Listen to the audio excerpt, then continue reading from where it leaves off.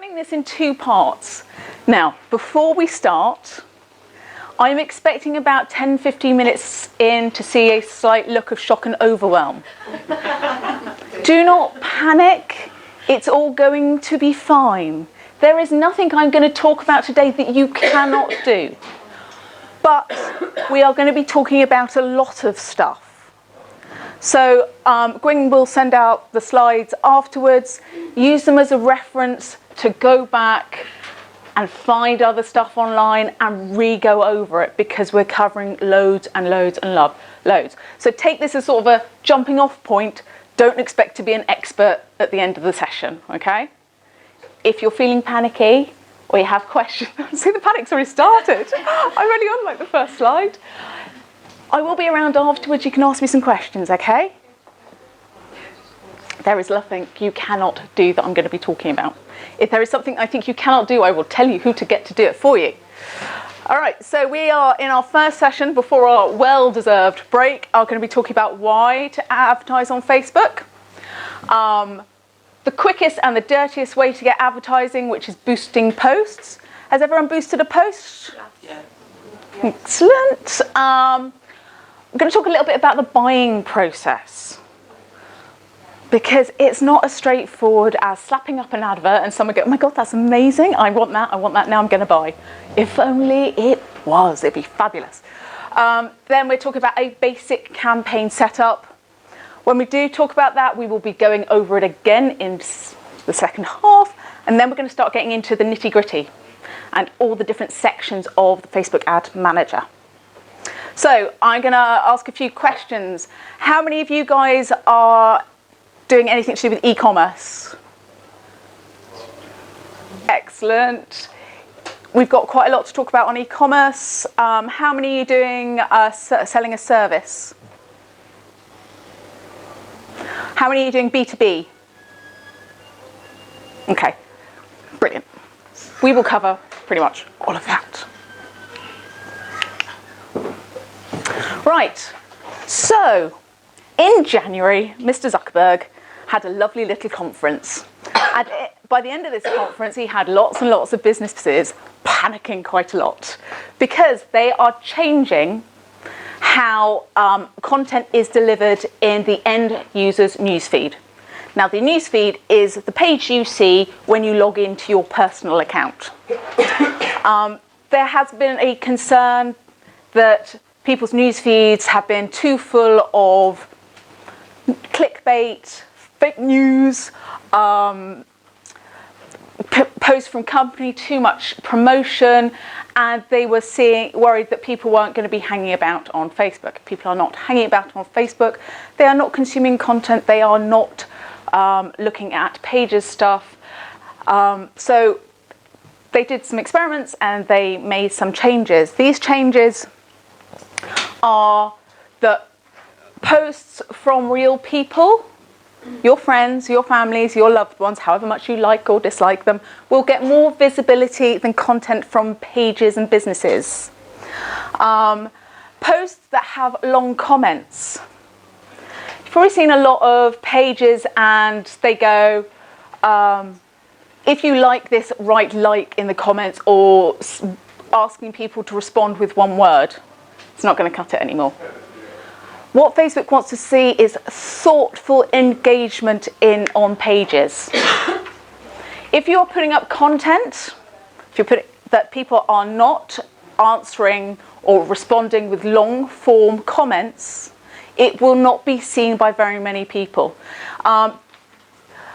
Also, content that encourages passive engagement will be demoted. So what does that mean? This is quite gutting, because for a very long time, Facebook was saying, video is amazing, we love video, video is going to be pushed and pushed and pushed. No, not anymore. Because they've done this research and it shows that the passively consuming content or scrolling can make people feel bad. Whereas people, when they are interacting, they are happier. Zuckerberg wants to make people happier. If people are happy, they're going to use the platform. So video, although it's still quite effective, the idea now isn't that it is just cat videos promoted. It's got to be stories, it's got to be engaging video, it's got to be video that actually encourages some sort of response from the end user. This said, it means that people will be seeing fewer updates from pages, which is bad news for all of us. However, and pages that rely on passive engagement will suffer the most. We've already seen publishers close down because of this. There was a website called Little Things, did cute little videos, all very sweet. They'd already suffered from algorithm changes mid last year. They had closed down at the beginning of this year because they couldn't get their content in front of people. Don't panic, it's going to be fine. Organic reach has been plummeting off a cliff for years. Now, does everyone know what I mean when I say organic reach? Yeah. No. It's all right. If I thought everyone knew, I wouldn't have asked the question. Organic reach is the number of people who see your content when you do not pay to promote it. Okay? So you have two types of reach. Organic reach is where the post goes all by itself, and then you pay for it to give it a little bit kick up the ass. Sorry. The good thing also is this is the first time Facebook have actually told us what they want. Before they sort of let us guess and work it out, they have been very specific. So if we follow what their guidelines, we will be all right. And it's not really changed. Put up good, engaging content has been the direction for years. You put up stuff that people aren't interested in and you try and push and promote your own agenda with no thought to the end user, it's not going to really work out for you. Okay, so why advertise? Well, I think I've given you quite a good reason why to advertise. Your organic reach is going through the floor. Nobody's going to see your stuff if you don't put some money behind it. But not only that, it's very effective. There's an eMarketer study that says 96% of social media marketers consider Facebook the most effective social media platform. You're seeing a huge growth, and if you compare it to Google AdWords, does anyone use Google AdWords? It's a lot easier. It's much simpler to set up, and you get your results really quickly. You can get results within hours. You can make a change. You can start seeing what's working, what's not working. Also, it's cheap. The cost per click is pretty low. If you get a good advert and it's working well for you, you're talking pence. It's, compare that to getting coverage in, print. It's an absolute bargain. One of the things I really, really love about it is the targeting is amazing. And we're going to talk quite in depth about the audiences that you can reach and how you can really refine the right content to get to the right audience. By tailoring that content, you can have a more effective ad. The more effective ad, the more people see it, the less it costs you. It's a win-win. Also, you can customize the ads. There are loads of different options for making sure you have different ad formats, from simple images to videos to slideshows, and we will be going all the way through those in the second part of today. It's very exciting. All right, so let's get to the nitty-gritty. Talk about boosting posts. Everyone here has said they've boosted a post. That's brilliant. That's a good start. Sorry, there is use of underwear in the thing for a few examples. I'm sure nobody's overly sensitive. So the great thing about boosting posts is it's the simplest way of doing it. You do it on your phone, bish bash bosh. You can do it for £1 a day. When you click on that wonderful boost post button, you get a little menu like this. You get to select your goals, people to watch a video, or sorry, that's video, or engage and chat with a potential customer. This is new. Facebook really want to encourage people to use the Messenger app. We're going to be going into that in a lot more detail because they're like so excited about it, which means we have to get excited about it. You can also add a call to action button. There are a lot of different options. Shop now is just one. There's things like learn more, read more, subscribe, download. and that will link to wherever you wish it to link to outside of Facebook. You can also now select a custom audience. We'll be talking about audiences later, but it means that you can target your Boost post advert direct from your phone. This is quite a new thing, and this is why it's actually worth doing now. Before I would have said, meh, you're just throwing money away. Okay, so that's audience. So I have custom audience set up. You can send it to people who like your page. We were talking in the buying process about the different types of audience. You've got people who've never heard of you, and people who have heard of you, and then people who've sort of bought from you or already quite like you. The most responsive audiences are going to be people who already know you. Your more responsive audience is going to be your best audience because it's going to save you money. But I'm going to tell you later how to get more warm audience to sell to. You can also pop your budget in there, £2, £1. Run it for a day, run it for more. It's easy, it takes seconds. And like I said, it is the quickest and dirtiest way to get some exposure for your posts. As I said before, organic traffic is through the floor. Chuck a couple of quid on it, you're going to start seeing a much wider reach for your content. What I would say is if you have posted something, nobody is liking and nobody is interacting with it, don't boost it. You're just going to show it to more people who aren't going to like it, interact with it. It's a waste of money. Only put money behind content that is already working. It's best to see a post run for a couple of hours and see the response it gets instead of trying to be super efficient and just clicking. I know it's only £2, but yeah, it's £2 every day. Boosting posts is a great option for when you're not running a big campaign and you just want to keep a little bit of interaction going with your page.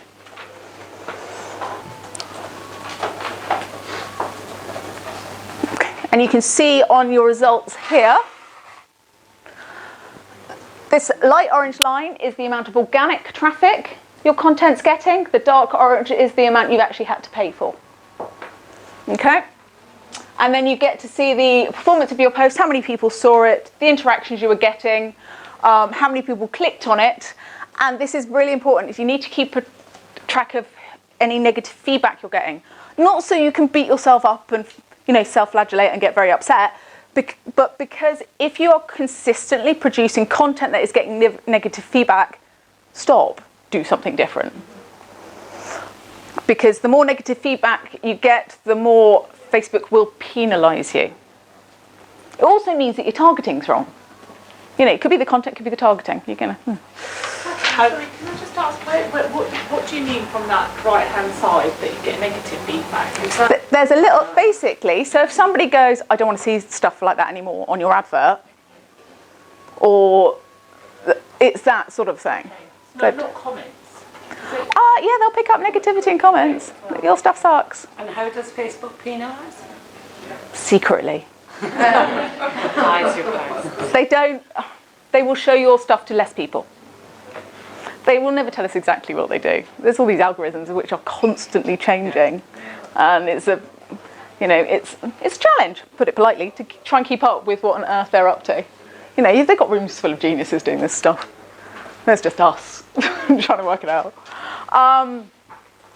When I said about finding content that is worth boosting, if you go into your ads manager, okay, you can all do this. Let's all follow along. And you go into insights at the top of the page. Oh, actually, no, this is on your regular page, sorry. If you go to your Facebook page and go to insights, you will see on the menu on the right-hand side how your posts are doing. And you will get a little percentage thing there. You want to be looking for posts above 5%, 5% and above, really. If you're not doing so well and you're not getting posts of 5% and above, well, start with 4, and look at maybe improving the engagement of your posts. Okay. Sorry, darling? Where can you get the percentage from? If you go to your page And then you go into insights. I'm on that. I just can't see the percentage. Have you been to the posts? Yeah. And can you see this? I can see some of that. It's like targeting, reach, engagement. But no percentage. Ah, sorry. Click on this little arrow at the top and click on engagement rate in the drop-down menu. And it pops up. Could we just borrow you for... Sorry, that's my page. That's my actual page. Yep. So I'm like, where's messages, likes, followers, mentions? Yeah, this is where you need the desktop. I've tried. Okay, so it's on the desktop. Yeah. I'll go look at You'll find this bit's on the desktop. Okay. You need to go into your ad manager. You'll get the slides, don't panic. Okay. It's different on your phone, because I haven't got it. I'm not overly au fait with the phone thing on it. Especially Android. I don't know Android, unfortunately. So we need to go to insights. Oh, when we come to ad spend, are we all there? Because there's chatting, so I want to make sure everyone's happy. I don't know how to get in. All right. Sorry. That's all right, love. Go to your page. Oh. So just the normal one. Yeah, go to the actual your page. What do I don't know. my actual profile? No, your page, your business page. Info on each. Yeah. Go insights, Yeah. But you see on there. and there'll be posts written down here. Okay. There you go. Yeah. Yeah. Okay. And then if you scroll down a little bit, you'll see there where you have to click engagement rate. Oh, okay. Okay. Right. We found it. We found it. Oh, well done. Well, we found post engagements anyway. Right. So, boost posts are all well and good. They are quick, they are dirty, they are, they're all right. But this is nowhere near the cool stuff I'm going to show you. They have some real limitations. Editing. If you put up a boost post and you think, oh, rubbish, I put the wrong image up, you're going to have to delete and start again. Yeah. It's fairly annoying. It is annoying. You don't have as many targeting options. You also don't have the same sort of formats. You can't optimize it to get more conversions, and you don't have as many placement options or budgeting choices. It's pretty basic. Can I just ask you a question? Yes. Are you sure? I'm sure you're sure that that's right, but I'm sure they brought in a new thing, didn't they, where you had to basically grab your domain and own it, and therefore you could edit your thumbnails. On who? It's not thumbnails. Well, you know when you have put a link in, it will automatically pick up. That's a the link. different thing. It will automatically pick up. It's the as link if you're that's boosting a nice. post. Oh right, sorry, okay. But Put a yes. link in, and therefore it will automatically generate the image associated. Okay, with so that. once you've clicked boost post on it, Right. nothing. Ah, okay, but Yeah. you could do it beforehand. Yeah, you can do it beforehand. Right, got you. It's once you've pressed the button to go, Got you. which, we press it and then you look at it and think, oh, that's when I should. So what I would say, because of its limitations, keep your ad budget for boost posting about 10% of your total. It's just to keep things sort of ticking over before in between the good and the groovy, which we're going to talk about. The buying process. Now, as I said, rather upsettingly, people do not come onto Facebook to buy stuff from you. Oh, outrageous. And they are there because they want to hang out with their friends, they want to check out cat videos, and basically they would like to procrastinate a couple of hours away. They may not start with that intention, but 2 hours later it's all too late to go back. So we'll start off with awareness. Right, people at this stage on Facebook, they haven't even got an idea that they need you. They haven't realised what you can offer them. So they're not going to be purchasing. They don't know about you. You've got no chance. The goal is to get their attention and then follow up with them. You can't grab someone's attention that you've never heard of or who's never heard of you and then go, buy. People don't like it. It's like walking into a shop and people expecting you to walk in, grab something and stand at the cash register. In fact, it's not even like that. It's like you going outside of your shop, grabbing someone in, coming into the shop and expecting them to buy something. So the next stage is consideration. So this is when people have actually identified a need. They're going to be looking around, looking for different options. And now this is the time where you want to be getting in front of them and generating a lead. Not a sale, a lead. A step before the sale. Now this can be as much as getting their email address off them, or just getting them to come in or make a phone call. I'm going to digress slightly. Facebook is wonderful, but you do not own Facebook. Mr. Zuckerberg and all his shareholders own Facebook. All the work you put into your Facebook page could disappear tomorrow. The best option is to make sure that you are constantly building your email list. You own the email list.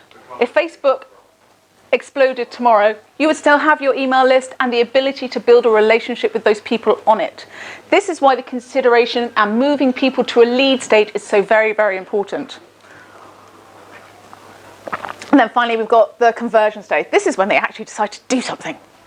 They've had a look around, they've checked out your pricing, they're loving you, they're going to buy. This is when you turn them from a lead to the sale. I've dropped my DFA. Right, just a few examples. This is an awareness ad. SumoMe is a software company. They're not talking about their product here.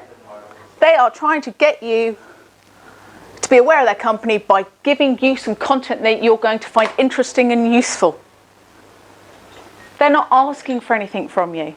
They're just turning up being useful, happy and nice. We all want to do business with people we like, and it's the same for businesses and brands. This is another one. So this is a competition. They have run a competition trying to get people engaged and aware of their business and getting something, back. This ad, the results of this ad were quite cool. So they saw a 73% lower cost per click overall, using it on Facebook and on Instagram. Most of what I'm saying here is applicable to Instagram as well, because all your Instagram ads are generated out of Facebook, okay?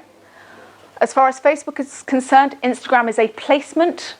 It's not really a different platform when it comes to advertising, okay?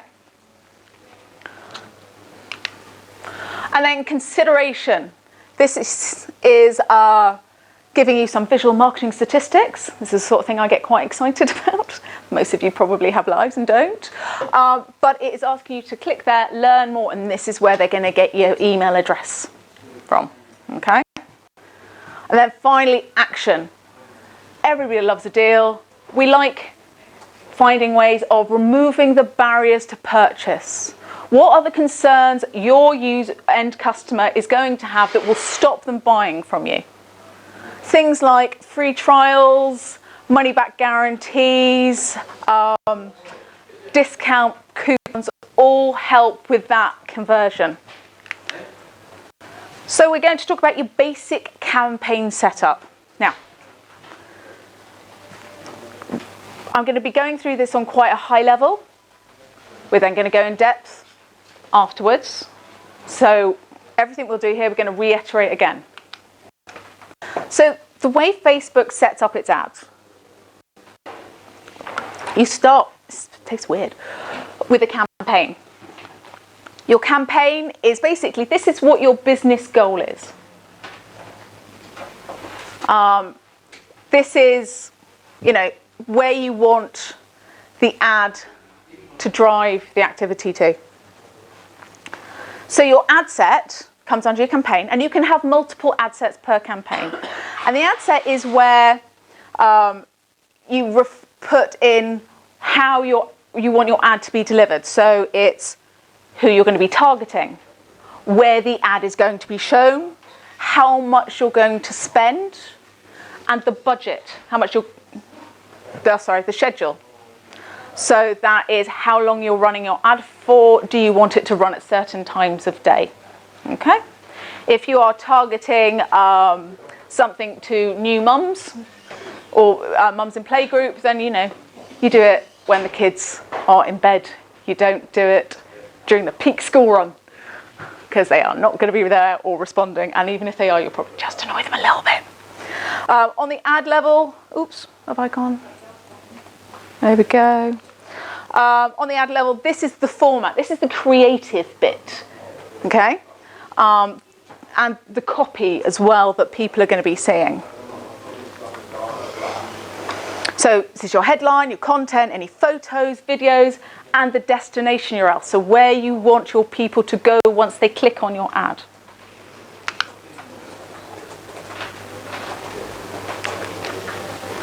So when you're setting up a campaign, you have all of these different objectives to choose from.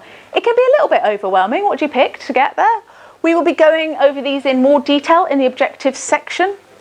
But like I said, this is just your overview to give you an overview. If you go to where it says create ad on your dashboard, it should bring you up to this. Do we go back to the ads manager? If you go back to ads manager, it's a big green button that says create ad on it. Sorry. When you go to ad manager, Yes, darling. what's the difference between like the campaign then? You're getting overexcited. We'll get to it. Don't worry. So this is campaigns that we were talking about before. This is your budget and traffic, and then that's your ads. Okay, but that's your nice green button that will take you to. Has everyone found a nice green button? Big green button. These are coming out on PowerPoint because it's like, oh. And it's a chunky course. Yeah, no, that's fine, but you're sending it out, aren't you, afterwards? Because I'll do it at home and go side by side. You'll do it side by side, and Yeah. the reason we haven't printed it out is because it's like we've got 150 slides. We'll be here forever. There's too many trees. That's fine. Have you got to be a certain... You've got to be a certain. This is the new saying that she's got to update web browser. I don't know. If you click back on there, let's see. I don't know, I'm afraid. Sorry on that one. All right? Yeah, it's gone back into campaign. Lovely. You can't just wait for me to come round and save things on your laptop, Graham, and just hope it works. Right, so let's crack on. Objectives are segmented in 3 different sections. It makes it slightly easier for you. We're back to awareness, consideration, and conversion. So this isn't boosting now, is it? No, this is back to... No, we're on the ads manager. This is the in-depth cool stuff. Can you not feel the vibe of coolness about the ads manager? You have to choose one or the other, don't you? You have to choose one of these types of objective. Okay? So the first 2 are awareness. This is where you want to drive, these ads will help drive attention and interests. And so it gives you 2 different options. Brand awareness. So that's going to display your ad to people most likely to be interested in your product or service. And then the reach shows your ad to the maximum number of people. The next section is consideration. So this is where you want to engage people, persuade them that you're someone they want to do business with. As I said before, this is the middle stage of the consumer journey. So they're not ready to purchase yet. You're just trying to move that relationship on a bit. Your traffic objective will drive people to your website, an app, or, as I mentioned before, which is groovy and exciting, into the Messenger app. Engagement ads. If you were doing boost posts the long way, this is where you would find them, the engagement. That's intended to increase post engagement, page likes, or event responses. I'm assuming I haven't got anybody who's got an app.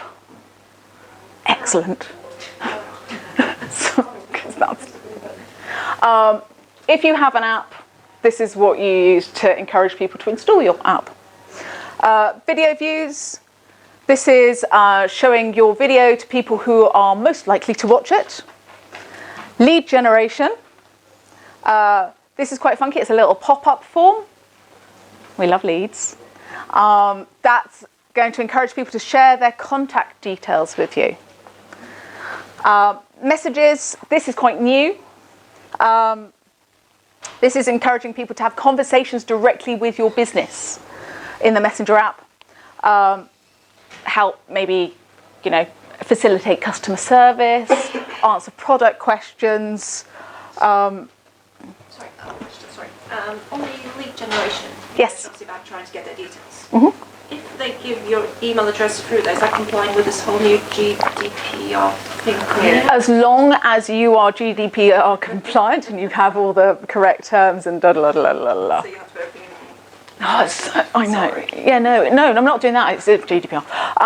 As long as you are, it's exactly the same as if you had a pop-up on your email, on your website. It's the same, as long as you're, you'll be fine. So does that mean then you need to have terms and conditions on this, where they put their email? We are going to talk about lead generation in a minute, and we're going to go through all of this, and there's a lovely section in it called terms and conditions. And the lead generation take them to the website so we capture their email list. Do you know, I don't want to spoil the surprise of what I'm going to talk about in a minute. Might not be too exciting. I know, I don't, I want to keep you on the edge of your seats. Where was I? Yes, and then we have finally conversion app options. Unsurprisingly, conversion. So when you're asking somebody to do something on a website or an app, we're going to be talking Facebook Pixel in a moment. Yeah, I can see the excitement. Facebook Pixel is a little bit of code you put in your website, which means that Facebook can track the activity from Facebook to your website, and it will tell Facebook if somebody has actually taken an action on it, like buying something. It's very good. See, this is exciting stuff. I'm trying to find to install. I've tried it the last few days. I really don't know what I'm doing. We'll have a chat afterwards, but we'll be talking more about the Pixel in a moment because it's so important. Catalogue sales. This is brilliant if you are in the travel industry, the car industry, state agency, or anything e-commerce-y, because you can upload content, products onto Facebook and people can purchase it. Really? Yeah, make it easier to purchase. They still have to go through, but it's linked in. It's sort of more embedded than... People don't like leaving Facebook. If you can make it really super simple. Yeah. Oh no, it's not. It's not like a shop in Facebook. No. You can get a shop in Facebook. Then you have to have a web platform that's called Shopify, which is a web design thing designed for e-commerce, and they've got a nice little gig going with Facebook. Are you going to cover a bit more on that later? Yes. I won't ask you. That's all right then. Store visits. Okay, this is for people who have multiple stores in multiple destinations. Not really for us, so we don't need to worry about that one, okay? Right, so you've got your campaign objective, you know what you're trying to achieve. The next step is setting up your ad set, which is going to make sure you know who you are targeting. It's also going to tell you where your ads are going to show up, or you're going to say where your ads are going to show up, how much you are going to spend, and how that spend is going to be distributed, okay? You can have multiple ad sets per campaign. So you could have an ad set that is targeting men between 35 to 40 who live in London, who like smooth jazz.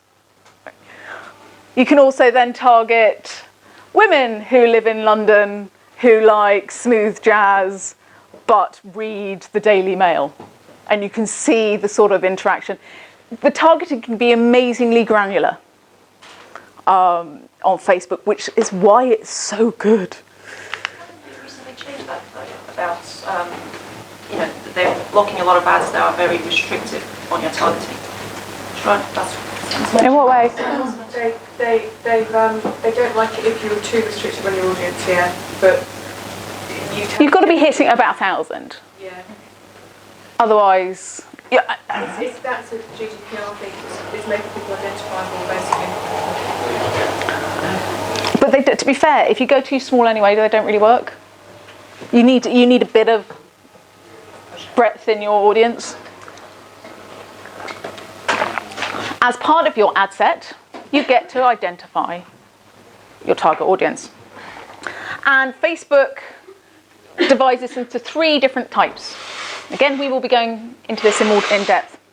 First of all is your core audience. This takes data that Facebook provides, and you can build an audience based on information Facebook has on people's interests, their demographic information, their location, etc. Custom audience. So this is data either from your website, from your email list, or other sources to target Facebook ads. So is this going to be people you kind of know because you've given Facebook the data, or kind of know you? This is a much warmer audience to target than your core audience. Yeah? And then finally, lookalike audience. This is quite cool because what Facebook does, you can say, right, I have a custom audience of men who live in London who are 30 to 40 who like smooth jazz. No idea where that came from. And I would like you to find people who are just like that, because those people, my men in London between 30 and 40 who like smooth jazz, are really good customers. So if you can find people who are a bit like that, they will find them for you. And then you can target them. Again, we'll be going into this in a lot more in depth in a minute, after the break.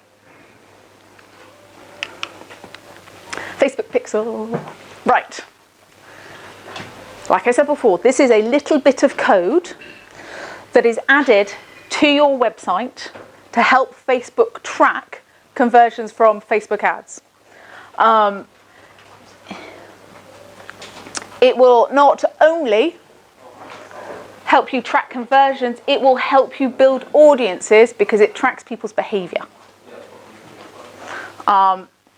This means that you can build those custom audiences quite nicely with people who've already been to your website. They already know you, you've already got some awareness there, which is brilliant. So, creating your pixel. Sorry, what was that? Yeah, what's the other slide? This, if you go to the top, doodle, what's it? Yeah. And you will see a big menu. If you don't see that big menu, there'll be a link here which will open it right up, and you'll find pixels under the measure and report.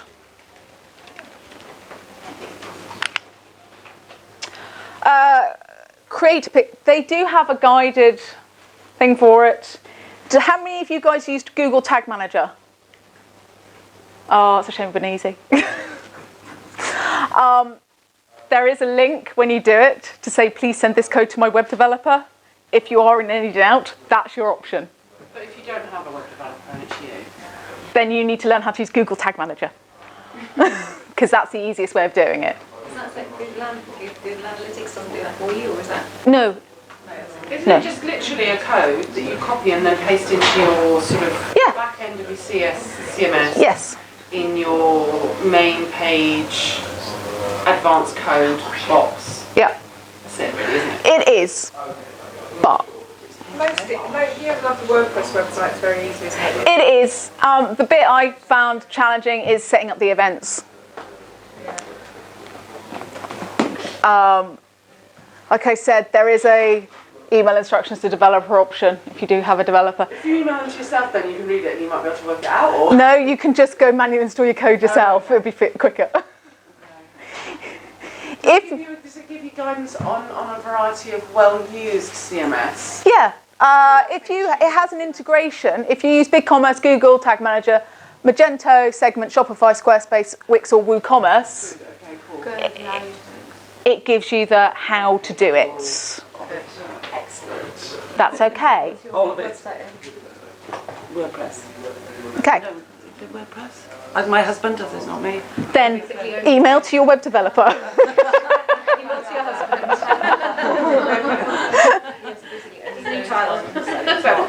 But to really get the value out of Facebook ads, you do need to do this, even if it is a bit painful. Sorry, where's this page? If you continue to click through that, you should get to that. Click through what? Create a pixel. Yes. Like, yeah. Does it give you a bit? I've got like a little sort of sub. Yeah. It's a bit of a long process to go through in this, but again, I will be here afterwards if you need some help. Okay? I've created a pixel. Good. Yeah, I didn't mean to create a pixel. Oh, right, now I'm missing. There you go. Good. Yeah. Oh, it's info@bluemagic.net. That's your website. Right. Oh, I know. I heard the sighs. Do you have to create a pixel per ad? No, right. The pixels, every ad account gets 1 pixel and 1 pixel only. This means you only have to do it once. Yay! And if you set it up correctly, you set up your pixel and then you add to it the events that you would like Facebook to track. Okay? This is for you to read in your leisure afterwards. But basically, what Facebook will track is things like when somebody adds something to your shopping cart, when somebody makes a purchase, when somebody looks at certain pages or uses your search bar. This is really good if you're in e-commerce. You can see what people are doing. If you are not in e-commerce, the lead option is excellent. Also, if there's anywhere where they complete a registration form. You are building up a picture for Facebook so you can actually target these people. You know, when you've been to a website and you've looked at that really nice pair of shoes, and then those shoes follow you. Yeah. Yes. You can be those shoes. Can be a little clumping around after your potential customers. If you are not sure or you're having any problems with your Pixel, you can download what is known as a Chrome extension. Does anyone use the Chrome browser? Yes. Chrome browser is great because it has lots of these groovy little extensions. One of them is called the Facebook Pixel Helper. You download it, it will tell you if your Pixel is working correctly. Are we going to get a copy of this? You are going to get a copy of this. No, you may use all of your memory if you try and take a photo of every slide that we're talking about. Last time I've looked at my Pixel thing here, and if it's telling me that I've got page views, does that mean that it's page views on my website that come from Facebook? Sorry. Oh, you've got your Pixel? I've got my Pixel. I've never done anything with it. I don't know what it did. Well, I don't know what it does. that's all right. Is it taking me? Is that taking people to the website? No, it's not taking people, it's saying people have looked at your website. It's going, oh, something's happened there. Okay. It's not saying that it's come from Facebook, it's just saying, oh, things are happening on your website. Oh, okay. Okay? Right. It's all right, we're going to talk about how you can use it afterwards. Okay. Because Okay. at least you've got it in. Yeah. Where would you see it? Is it on your ad manager that you can see where your pixels are set up? Or? Yes. Do you remember we went into Ads Manager, that big menu across the top, and there was a thing that said Pixel under Ads and Reporting? It's in there. I demand 100% attention all the time. Right, so we're talking about the ad set still. So these are the criteria of where your ads are going to be, your budget, your scheduling, and so on. The next bit is where are your ads going to be seen? Do you want your ads to show on Facebook? Would make common sense. Would you like them to show on Instagram or Audience Network or in Messenger? So Facebook ads can appear in your newsfeed, which is the main big sort of chunk of column on your homepage when you're going for your personal post. Instant articles, in-stream videos, suggested videos. I'll be honest, I find it amazingly annoying when I'm watching a fascinating video about a dog at Crufts and I get an ad in the middle of it telling me about some software that I have no interest in. Choose your placements wisely. You may find that you're getting amazing clicks on these placements, but it could be that people are just trying to turn it off. It can have a really negative effect. There's a chap called Gary Vaynerchuk, and he's basically gone out. He does all this sort of digital marketing, he's a And he's done it in a conference, and he went, I will never buy from Samsung again because I keep sending me adverts in the middle of things I'm watching, and it's so frustrating. Instagram you've got on your feed, and also stories. Does everyone know what a story is on Instagram? No? So you will probably see at the top when you log into Instagram, there's these little circles with rainbows around them, and if you click on them, they're like very short videos or images from people that you follow. That is an Instagram story. They disappear in 24 hours. You can also, if you're doing stories on Instagram, you can share them with your Facebook audience as well, so it makes them quite cool. Because people get a little notification on their homepage, which they may not have got from your page because organic reaches down the toilet. The audience network extends. So this is when you're seeing adverts on things that aren't Facebook. So just on third-party websites and stuff. Again, I kind of think if you're in Facebook, advertising in Facebook, stick with Facebook. But one thing I will say is what works for me may not work for you, may work amazingly for some people. It's all well and good looking at what other people are doing and copying it, but you don't have their stats. You don't know what they're actually achieving. So stick with what works for you and experiment with what works for you. A third of the target market we envisage is not on Facebook, so would that allow this advertising to reach that audience? Yes. So that's a reason to do it. It is, but it depends if you're sitting in what sort of audience you're hitting and what you want them to do. There's no point sending them, if they're not on Facebook, send them to Facebook. No. Messenger, like I said before, this is about receiving ads in your messenger when you log in to talk to your friends. I've seen that. That started annoying me actually. Has it started? Yeah. No. Don't like it. No. We'll talk about that later as well.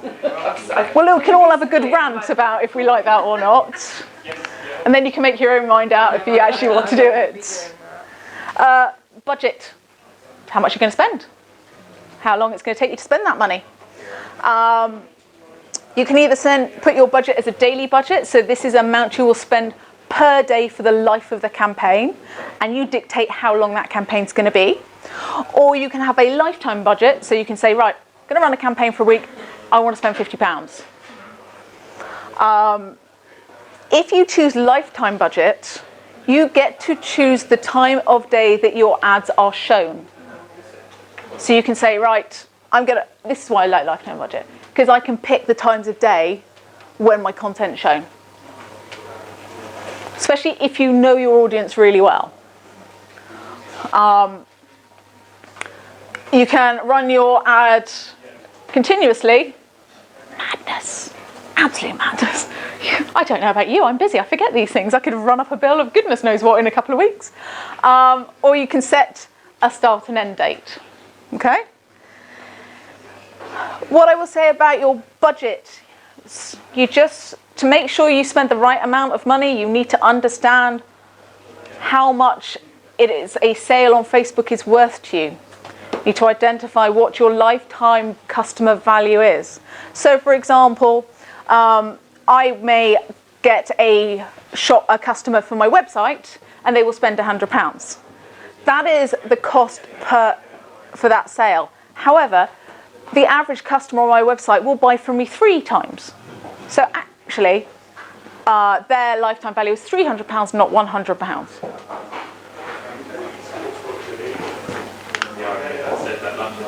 Oh, we've got some more fun videos. Are going to work? No, you're not going to work. We're going to be brave and have another crack at it.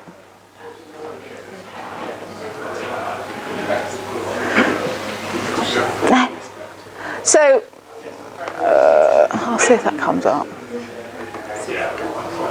And you should have put links in. But I was being clever. Yeah. It just hates me. Start. Oh, maybe start will work. So we get. No. Okay. Basically, the way Facebook identify how much your ads will cost, It's an auction. And you can choose to, and each cost, every time your ad is shown or clicked on, there will be a cost to it. That cost will be dictated by a number of factors, including how successful and the response it gets from you. Oh no, hello. Don't do that to me. So we are going to skip that. 10 o'clock. So yes, I will give you the videos to watch. It's one of those things, it's easier to watch somebody else do it and explain it with pictures than me talk about it. Right, now we're going back to the first stage of setting up that campaign, which was the objectives, okay? We're going to go through, do you remember that big list of objectives? You had the awareness objectives, the consideration objectives, and the conversion objectives. So, back to that top of that funnel. These are people who've never heard of you, so you sending them something or delivering something that says in big letters, buy now, probably isn't going to work. In fact, it might scare them off and you may never see them again. The second one is your middle of the funnel. Oh yeah, so people are searching and browsing. They're having a mooch around. They're looking at cat videos, dog videos, children videos, recipes, chatting with their friends. They are not looking for your service or your product. For your next stage is the consideration. This is when they are aware that they have a need. Maybe they've been to your website or they have interacted with you on Facebook somehow. They know who you are. They know what you talk about. May not be 100% sure of what you actually do, but, you know, you'll get them into the second stage. This is where you might be able to convert them to your list or even to a low value item, something that costs a few pence. So if you sold razor blades, you could give them a 2-week trial or something like that. Third one, this is where you actually want them to pony up some cash. Happy days. They've either bought from you before or they have given a strong indication that they want to buy from you by doing something in the consideration zone. They've opted into an email list, they've taken a free trial, they're primed to actually buy something. That is where you can actually say buy now. It's hard because you have to get them through 2 bits first. And you know how good your stuff is, you want them to buy now. But hold your horses and you'll get a better result in the long run. So we're back to this. Remember this we talked about before? Brand awareness. So people are most likely to buy from a brand or a business or a person that they feel they have some sort of connection with. A nice, some warm, fuzzy feeling, a little element of trust there. This is why brands like Apple, Procter & Gamble, Waitrose, all these places do so well. We have an idea that we can have a relationship, buy from them, we trust them, we like them. So when you are using brand awareness, you're really introducing somebody to your business.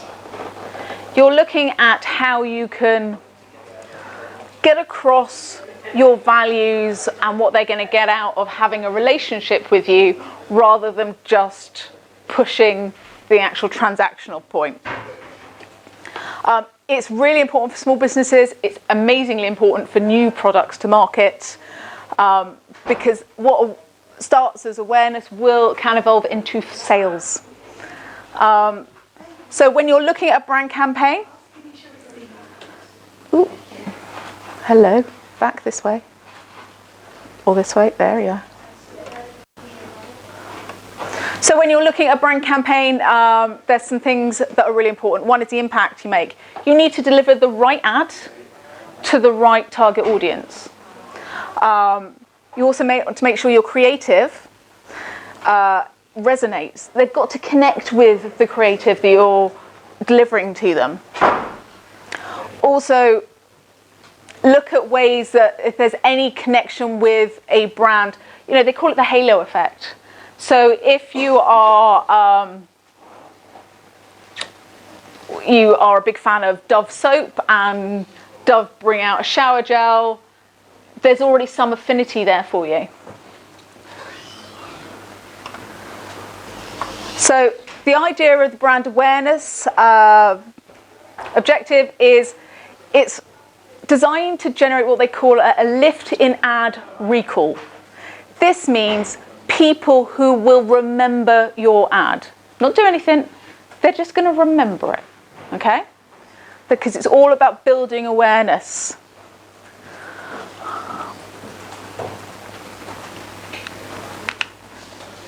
So when we talk about ad recall, you will see when you go through to the ad set section where they have the budget, a little section just reminding you that they are delivering these ads to maximize the number of people who will remember you. Okay? Next objective, reach. So we want to get to as many people as possible. Not necessarily people who remember you, we just want to splash it about a bit. If you use this objective, you're going to be able to reach the largest amount of audience for the budget you allocate. So, for example, if you are a retailer and you have an online flash sale, you're going to want to get to as many people in as quick a time as possible. So that's where a reach objective will be quite helpful. When you are doing reach as an objective, you have the choice between targeting for the number of people who will see it, or the number of times it will be shown as much as possible. Now, the difference between reach and objective impressions is that an impression means that the ad can be seen by the same person multiple times. Reach means one person sees it. Oh, as we said, there we go. Ad delivery, reach.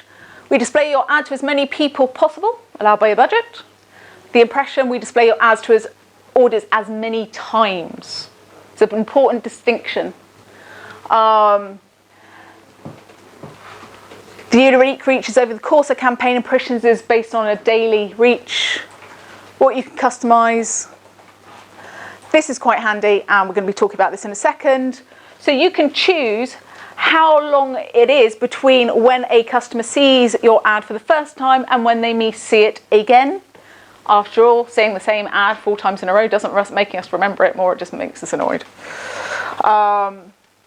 Primary reporting, they are both reported based on impressions, and don't worry about the metrics. So, frequency count. This is in the same section. And as I said before, you can choose how much time elapses between when your first ad is shown to somebody and when they see it again. Facebook has shown that 2 impressions a week can be enough to drive sales. All right, so ad frequency. Yeah, okay, so the ad frequency, you've got to consider some wider factors, what we call marketplace factors. So if you've got a really complicated message, you might want to repeat your ad more often so people get more of an understanding of it, and they can process the detail. Also, you've got to think about who are you competing with. So in America, they have the Super Bowl weekend. You can imagine everybody goes mad advertising at that period of time. If you are coming up to Christmas, you are going to find it a higher price and more difficult to compete at that time. Black Friday is another time of year.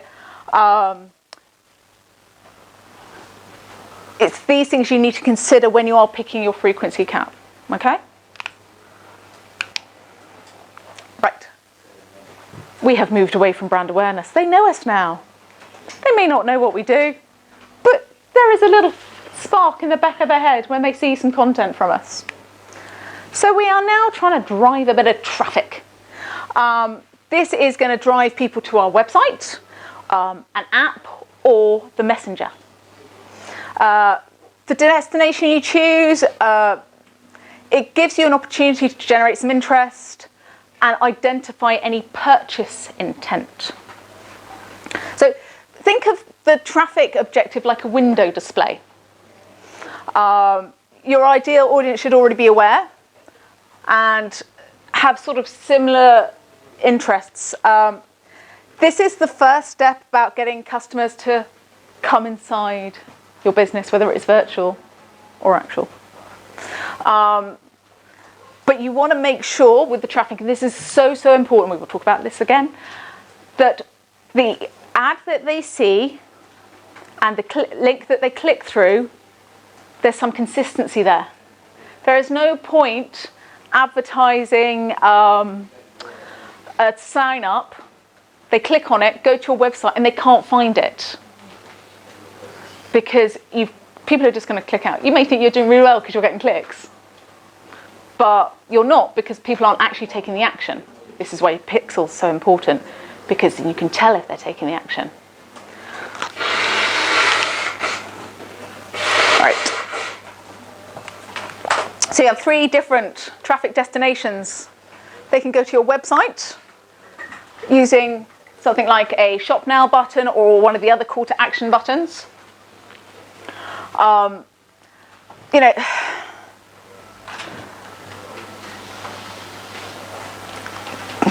you can send them to an app, say if you are hotels.com and you've got an app that you want people to use rather than going to your website. Take into account the experience people are having on their mobile phone. If you are to have a traffic objective and you are sending people to a website that is not optimized for mobile, you are going to lose them.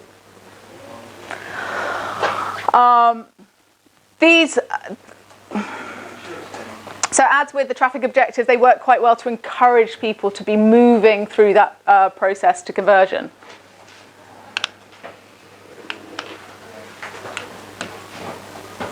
Come on. Oh, look, it moved. Something's moving. Oh, hello. That's exciting. Sorry, I need to get out more. Right. But I did want it to do this. Okay, so when you're sending people to your website, now this, this really depends on what you're promoting. If you're promoting a specific product, the logical place to send them is to a details page of that product. If you're selling a house and you're promoting a house, you want them to take them to the house page on your website. You don't want them to take them to the home page. If you're launching a blog, you've got to send them to the right page. This is an example from a company called Artifact Rising. They sell photo books, prints, and different gifts. This is what we call a carousel advert. Is it going to work if I click a button, or is it just going to... Oh, hello. There we go. I feel quite techie now.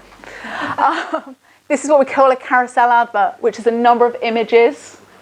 And what it's doing is automatically going through those. Each different card in that carousel points to a different web page.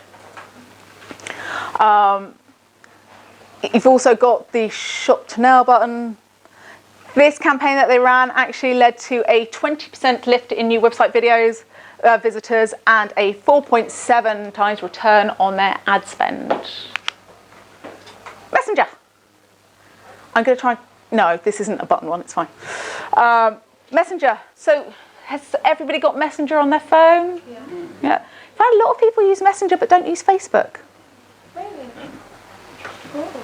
Especially the kids. Apparently. I don't know. They don't want to see what their parents are doing on Facebook, so they just message their friends. And they don't want the parents seeing what they're doing. Yeah, probably that's what it is. Well, their kids are all on Snapchat. Making themselves look like unicorns. So, on Messenger, there are 1.3 million people so far, and they are really pushing it. This is only going to grow. And the great thing about the Messenger is that it allows you to have a one-to-one interaction. You were talking about building trust and building a relationship with a brand. you've got a real person. Well, we'll talk about real people in a minute. May not get a real person at the end. Yeah, so you can click on the advert and it will take you to Messenger. This isn't an ad in Messenger. This is an advert where the destination is Messenger. So you could be talking about a product or a service. Say we were doing, I don't know, Facebook ads course, and we did an ad about it. You could have a link on it saying learn more, and it would take you to a chat window where you could ask questions about the course. The more likely you are to have these questions and have those interactions, you're more likely to do business with someone. Can I ask a fundamental question? You may. What is the best method to know when you've had a message? Have you just got to keep logging into messages? No, you should get a notification.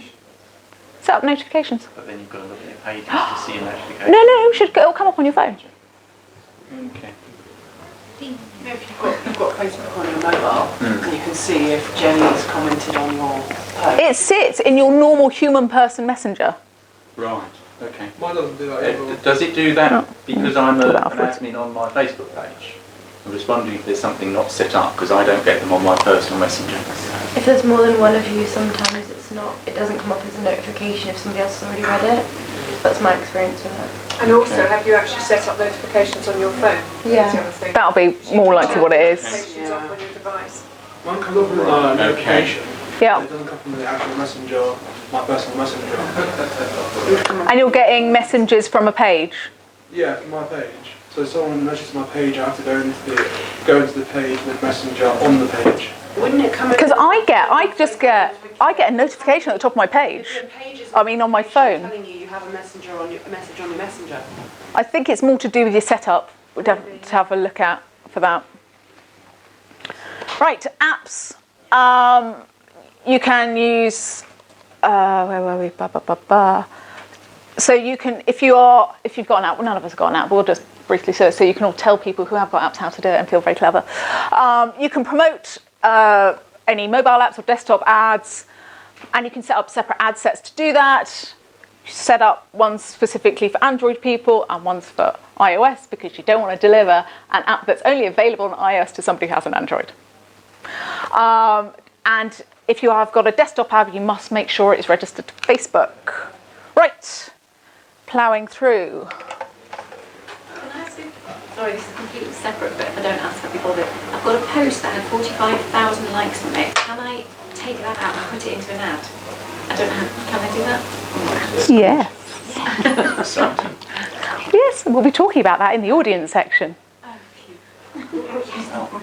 Yes, there is an objective. It's called engagement. You can set up an audience based on who has engaged with your content.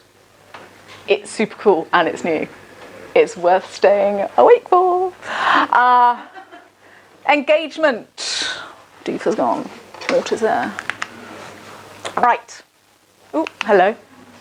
Engagement, as we said before, it's pretty simple. This is boosting posts, boosting events, and trying to get some page likes for your page. Let's have a look at an example. Right. So this is if you have an existing post on your page and you want to get it in front of more people and you want to be a little bit more sophisticated than using your phone and clicking that boost post button, that's where you do it. You can also set up a boosted post directly in your ad manager. If you do this, it will not show up on your timeline. It's what we call a dark post. It's quite handy if you want to do a bit of experimenting, or if you have, for example, an offer that is not available to everybody. So you can target it specifically. So if you wanted to do a post about a discount for new purchases to your website, you want to do it in a dark post, keep it a little bit slower, a little bit quiet, so that you aren't annoying your existing customers, but you're managing to target the potential customers. Then you have your page like adverts. The benefit of advertising to get more likes for your page, it's so you can grow the number of people who like your page and then you can target them. However, you've got to be careful because you might not get the right audience. This happens in Jersey all the time. We see something that's got Jersey written on, we go, oh, we like that Jersey way. If you are attracting people who aren't your target audience, you're wasting your money. If you are got lots of fans on your page who aren't engaging, Facebook's going to assume that the content you are sharing is rubbish. They will penalise you for it and show your content to fewer people. Also, if you are looking at getting a page that has thousands and thousands of likes and there's no activity on it, people are going to guess what's going on. This is another reason, if anybody is considering buying likes, please do not. It's a very, very, very bad idea. Did I say very enough times to make you understand that it's a very, very bad idea? I don't think it happens quite so much now, but it was happening quite a lot. You will just be attracting bots and random people in the Philippines to like your page will have no value to you at all. If you want to run a Facebook like ad, you want to tell people why they should like your page. It's not just a case of, well, we sell cool stuff. Well, lots of people sell cool stuff. This is quite a good example. Espresso, it's a very good site if you're interested in Facebook ads. They will give you some information. If you like our page, we will give you tips on how to run better Facebook ads. Happy days. So give people a really good reason why, and make sure it's a reason that actually will correspond with your target audience. Don't like my page to get an iPad. I don't sell iPads. I'm just going to attract people who like iPads. There's no value in me. Everyone likes iPads. They don't all like knickers. Well, they might, but they might not like knickers. Oh, sorry. Yes, and then we have an event.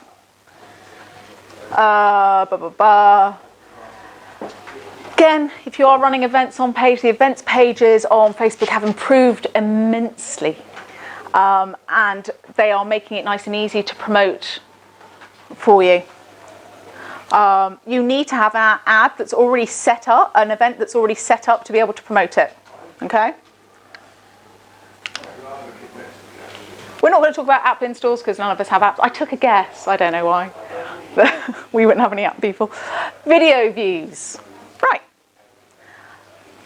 Despite what I said before about passive videos being demoted slightly, they're still one of the best types of content you can share. And the consumption is growing at such a staggering rate.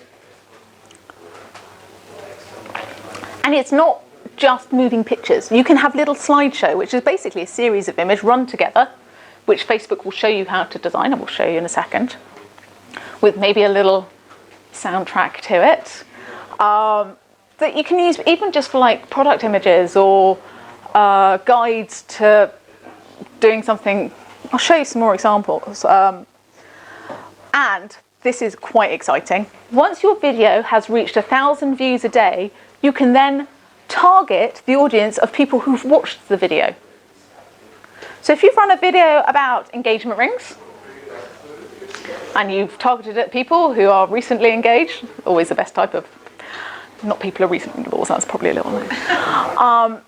Then you can then target them with a follow-up message. So when you are thinking about your campaigns, you're thinking about taking people through that funnel, it's almost like a story, it's a journey you're taking them on. Think, Willy Wonka, but without the Oompa Loompas.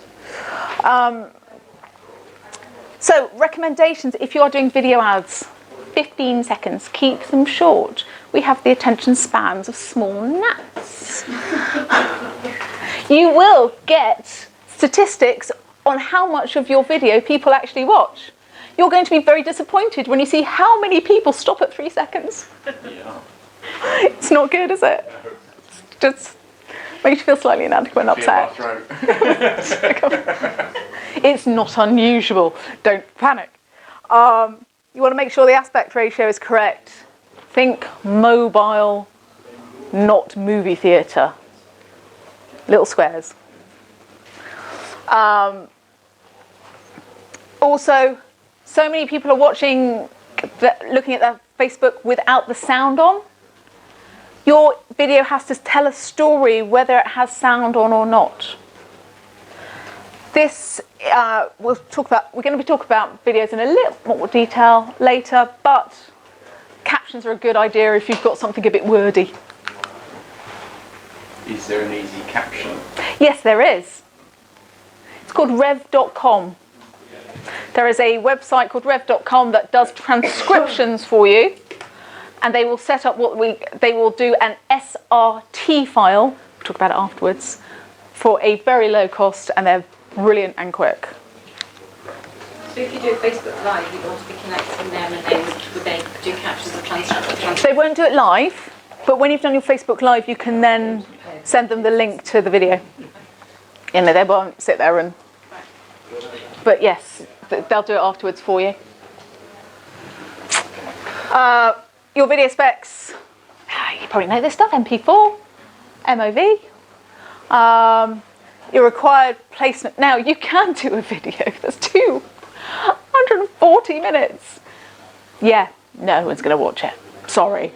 I'd like to think they are all sitting there fascinated. But you know, they're not necessarily in the zone to be looking for that sort of information.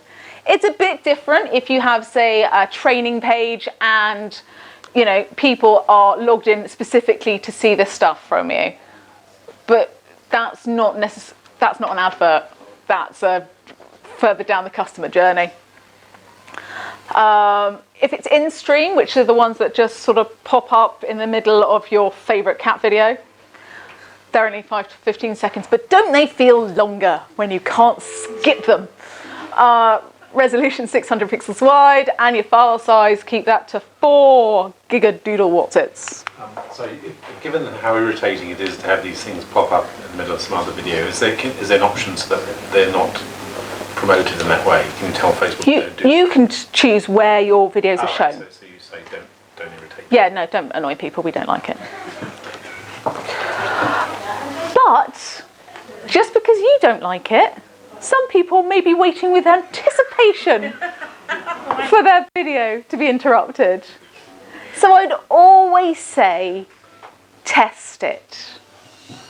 It's, you know, give it a run. If you find that your assumption is correct, brilliant, then you don't do it again. But, you know, you could be losing out on something. Especially if your targeting is so good, you know, they may go, God, I can't watch this video anymore because this is so fascinating. I'm going to click through and sign up right now. I have yet to get one of those videos. But still, I have faith in you guys. Right, so when you're uploading your video, they make it super simple. And this is where we talked about the SRT file. Captions. Oh, okay.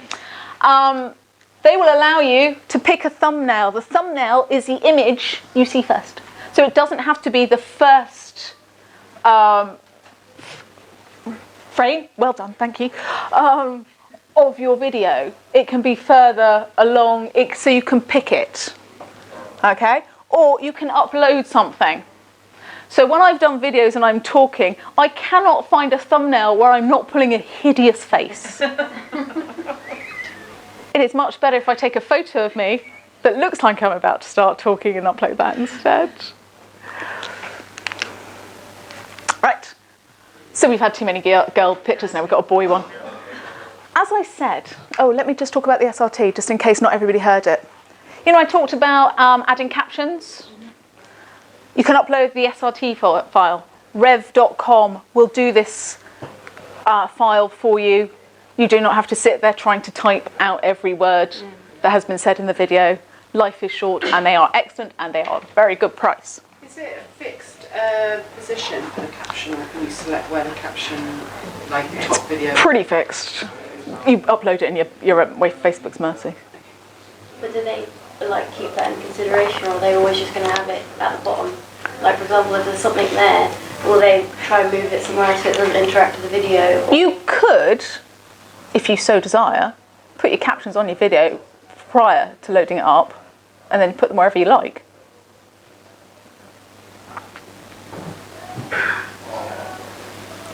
does it work out the timing where the caption features? That's what an SRT folder file does. It says at 3 seconds, Joe starts saying, when does it work out the timings? Right. And this is why you get someone else to do it. Otherwise, a plain transcription is just all the words. The SRT has all the timings of when it starts. Okay? You're only going to be a quarter of a second off. And as that builds up through the whole thing, it starts getting really... Yeah, it just doesn't make any sense anymore. Yeah. It's only $1 a minute. I told you, it's brilliant. Oh, is it $1 a minute? Yeah. The SRT will cost you slightly more. Don't be cheap, and you need the SRT. I know this because I've tried it to be cheap. Slideshows. So this is a number of different images popped in together, a slideshow. This is great. If you don't feel comfortable recording yourself, or you're a bit worried about sort of your production values of your video, product images, or different book covers, if you're doing a book, can be uploaded. Press play. You can choose your aspect ratio. You can choose how long the images show for. You can extend it out, I think, to a few seconds longer. I go to shows with these people wearing these. It's marvellous. It's hard. It's tough. It's hard work. And you can choose whether in between the images you have a fade transition or whether there's no transition at all. You can also add a groovy soundtrack. I'm not sure if my next slide has the groovy soundtracks on it. No. Look, Facebook has some music already in it. They have managed to find some very, very cheesy music. But be aware, and this of copyright. You cannot download Justin Bieber and stick it on your video and think that nobody's going to mind because you're just a little business. If you use uncopyrighted music, even if it's in the background of when you're doing something, Facebook can ban you from uploading videos for a month. My personal trainer did it. He was doing a video and there was just some music back in the background while he was doing like one of these instructional things. They banned him for a month. You can find lots of copyright-free music on the internet that you can use at will. You will find it's of substantially better quality than what Facebook offers you. What if you wanted to do a voiceover though? Say for example you've got like a series of 4 images and you want to tell a story about that colour. Then you've got to shoot it as a video. Right. You just have to run it. You have to do it on your desktop, run it as a video. How does Facebook know whether or not you paid for music to use in your video? I don't know, but they do. They do know. Oh, they know.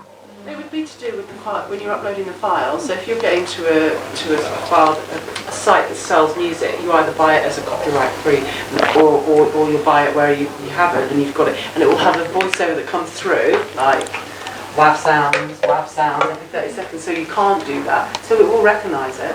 There is. They do know. I don't know how they know, but they know.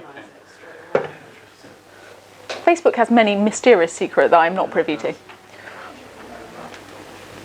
Lead generation. If they're banning you, by the way, do they tell you they've banned you? They just can't do it anymore. Yeah. They're not big communicators, ironically. The video views page you just had there with the slideshow thing, how do I get to that? I was clicking on video views. It's on the right bit. Let's have a quick look. I'm on that page. When I clicked through, I didn't get the slideshow bit. Just click continue. Yeah, I went to here and it brought up this. Scroll down. That's your ad set. So the next stage is your ad. Oh, and you have to scroll on through. There you go. There's your slide show, and that's your video. Brilliant. All right. Right, lead generation. Well, we like this because this is where they give us something. They're going to give us some sort of lead. Happy days. Right. Lead generation adverts look something like this. They will have a lovely call to action button, which will result in getting a pop-up on Facebook. You don't have to leave Facebook, it's amazing. Once they've clicked on that, they've received a pop-up that you can then direct them to your website. And Facebook will calculate the cost per lead based on your activity.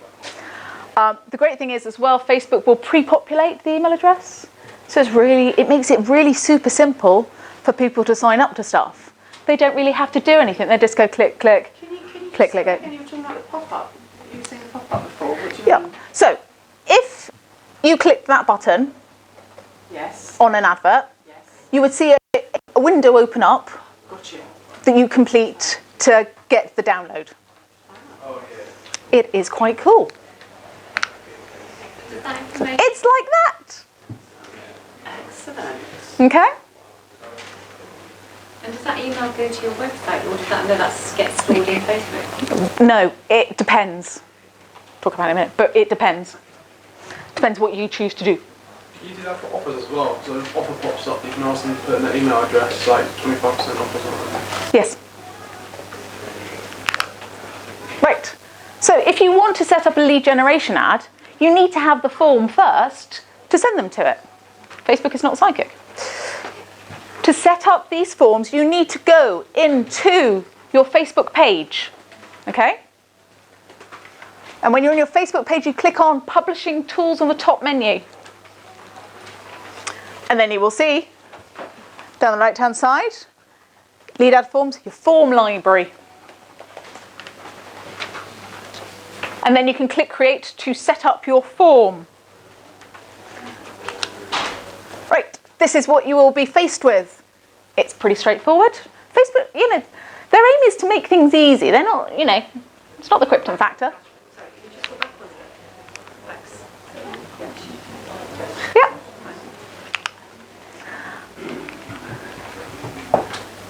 So you can ask for somebody, select the form that will get you more people responding, and that's where they pre-populate it. Or you can have ones where you want to know that they're really serious about this. Don't want anyone just clicking some buttons. They've got to fill in some extra fields. You can add in an intro. Can add in some questions if you're going for higher intent. Your privacy policy. What are you going to? This is your GDPR bit. And thank you screen. So where do you send them once they've completed your form? Now, we talked about collecting leads. Where do they go mysteriously? There is a section in your forms library where you look at your form and it will tell you where your leads are. You can click on that and you will be able to access them and download them in a CSV file. If you're a bit fancy, you can actually link it to an email provider. I know, it's good, and it will do it automatically. This is where it gets quite exciting. As you can tell, I get quite excited, but quite easily. If you have a MailChimp account or something similar, you can set it up that somebody will sign up to your lead, and then you can set it into motion that you go through an automated email journey, building that relationship. Why wouldn't you just use a landing page instead of all of this? Because people don't like leaving Facebook. They don't. Facebook would not like you leaving Facebook. Of course they don't like you leaving Facebook. No. Facebook would like you to stay on Facebook. So it's effectively the equivalent of a landing page on MailChimp, but it's a Facebook landing page in order to link, say, to MailChimp. Yeah. And it automates it all through. And also it would, and the good thing about that one is, it automatically syncs with source data. So for example, if MailChimp was looking at how you've got your mailing list, if you import it as a CSV, that's an admin import, so you could have done anything, you could have got that anyway, you could have bought it, whereas if it's come through here, it's got clear consent, and it's all tracked. Yeah. It will cost you. You will need. Oh, I know. Oh, it's like they don't want to give you everything for free. You have to use Zapier to do it. But you can have free Zapier and you can do a couple of zaps. No, you can't. Not with this. I've tried it. I've always gone. There is a guided process in here to see if you can set it up with it. But presumably you can export it to a CSV. Yes, you can. It'll be an admin upload to MailChimp, so it's not as good. It's not as good. The Zapier option is, the direct option is much better. If you're doing a lot of these, it will save you a lot of time. It's going to be worth it. Zapier is the sort of conduit between that. Yeah, it's like it's a pluggy thing that makes two things connect properly. Right, messages. Right. Facebook is so focused on building engagement and conversions between businesses and consumers, and they want to see meaningful reactions, not like passive sales pushes. So In Messenger, ads are optimized to be delivered to people who are most likely to respond. So what you'll find is a few of us will get a few annoying ones, we won't respond, you won't get any more because Facebook is not going to deliver this to you. This is why it's worth considering, even though it may annoy you. Okay? They also have separated this out now because you used to be able to just do it in traffic. They're really wanting to highlight this. And what they're doing is they are encouraging the use, this is where we get very technical, of chatbots. The future is here. We are talking to robots. Messenger has seen an enormous growth. This is all messaging services. This isn't just Facebook. People are more likely to message than they are to text. They are more likely to message rather than email. It's because they can see if you read it. Unless you switch that bit off. You can turn it off. WhatsApp in that, or is it just... Yes, WhatsApp is included in this. Businesses that have been using Messenger, 63% have said messaging with a business has increased over the last few years. People are on the platforms anyway. They just want to be able to talk to you. They don't want to put down their phones or go on your website and search for a contact form. They just want to be able to talk. And if you make it easy for you, if you facilitate those conversations, it's going to help you sell more stuff. 61% of people say they like personalised messages from businesses, and more than 50% say they are more likely to shop with a business that they can message directly. The trouble with it is you've got to be there to answer the messages, and we're all busy, aren't we? This is an example of a Messenger advert. And you can see that they are asking you directly to, and making it very clear this is about sending somebody a message. Oh look, this one works, marvellous. There you go. And it takes you into the Messenger app where you can have start having the conversation. And you can direct them to your website. Yeah, that's good. It's really good.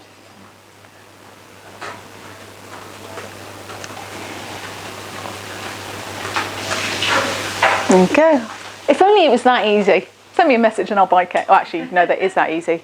I will send buy cake. Won't take much. Right. Chatbots. Like I said, the future is here. You can set up automated responses.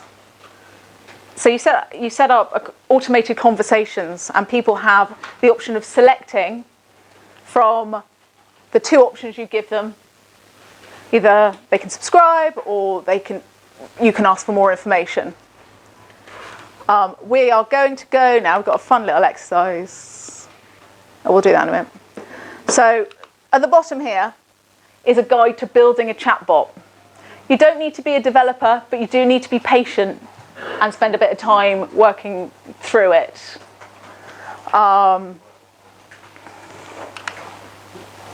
So things you can use your amazing little chatbot for.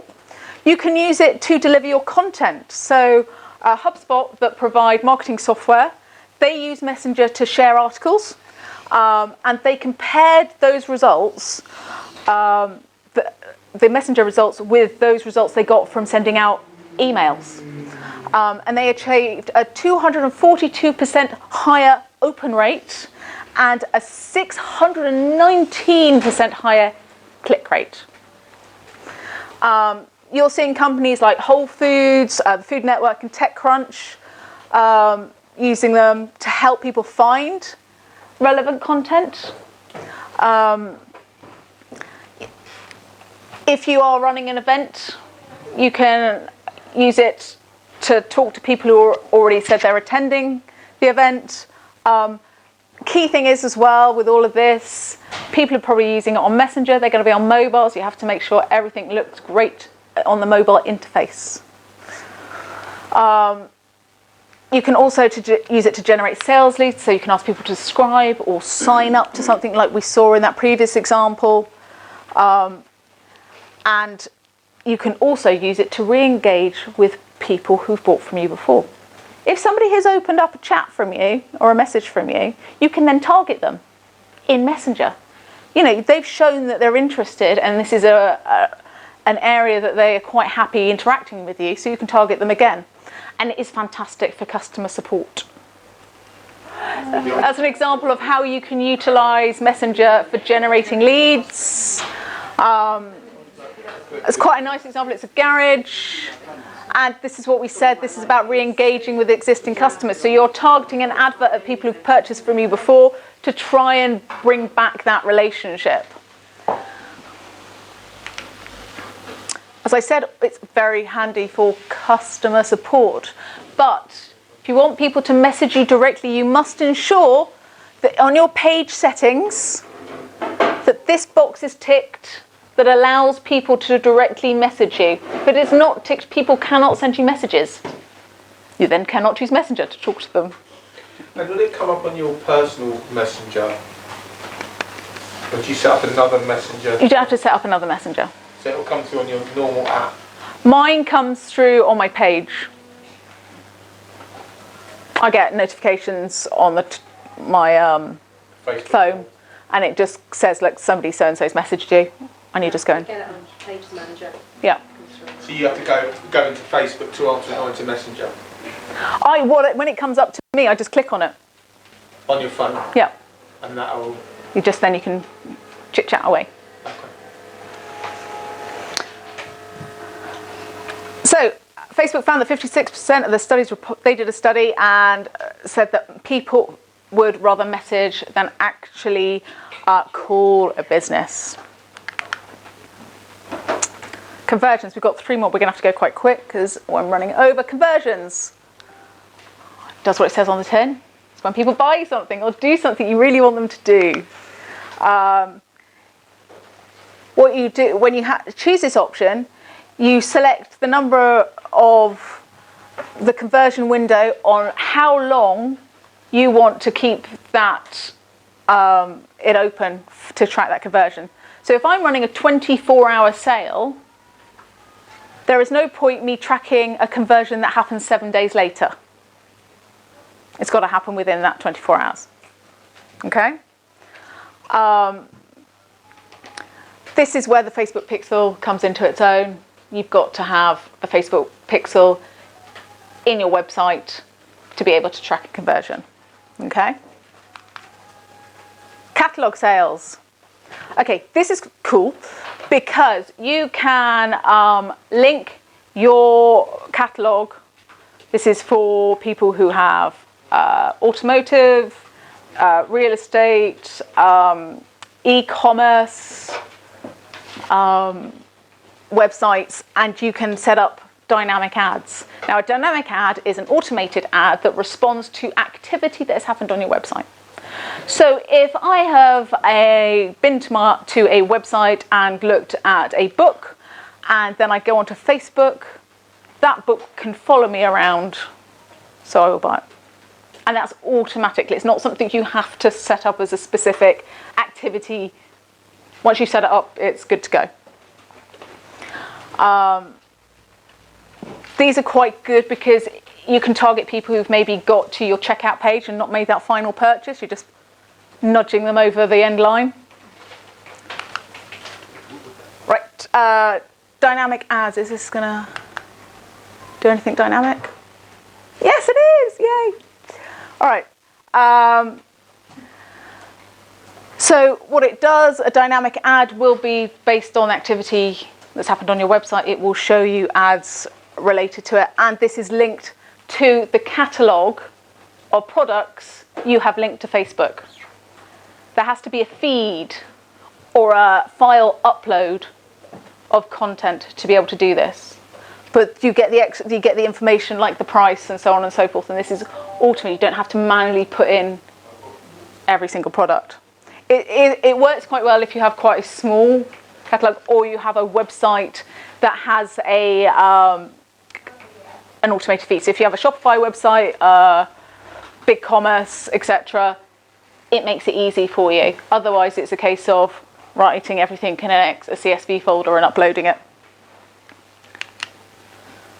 Right, you can upload your catalogues in an area called catalogues, which you will find in this wonderful big menu that we've looked at before. Like I said, if you have an e-commerce catalogue, Shopify, WooCommerce, BigCommerce, Magento or Google Shopping, you can link a feed in. Alternatively, like I said, you can upload using a CSV. Right, audience, so we want to know who you're going to target.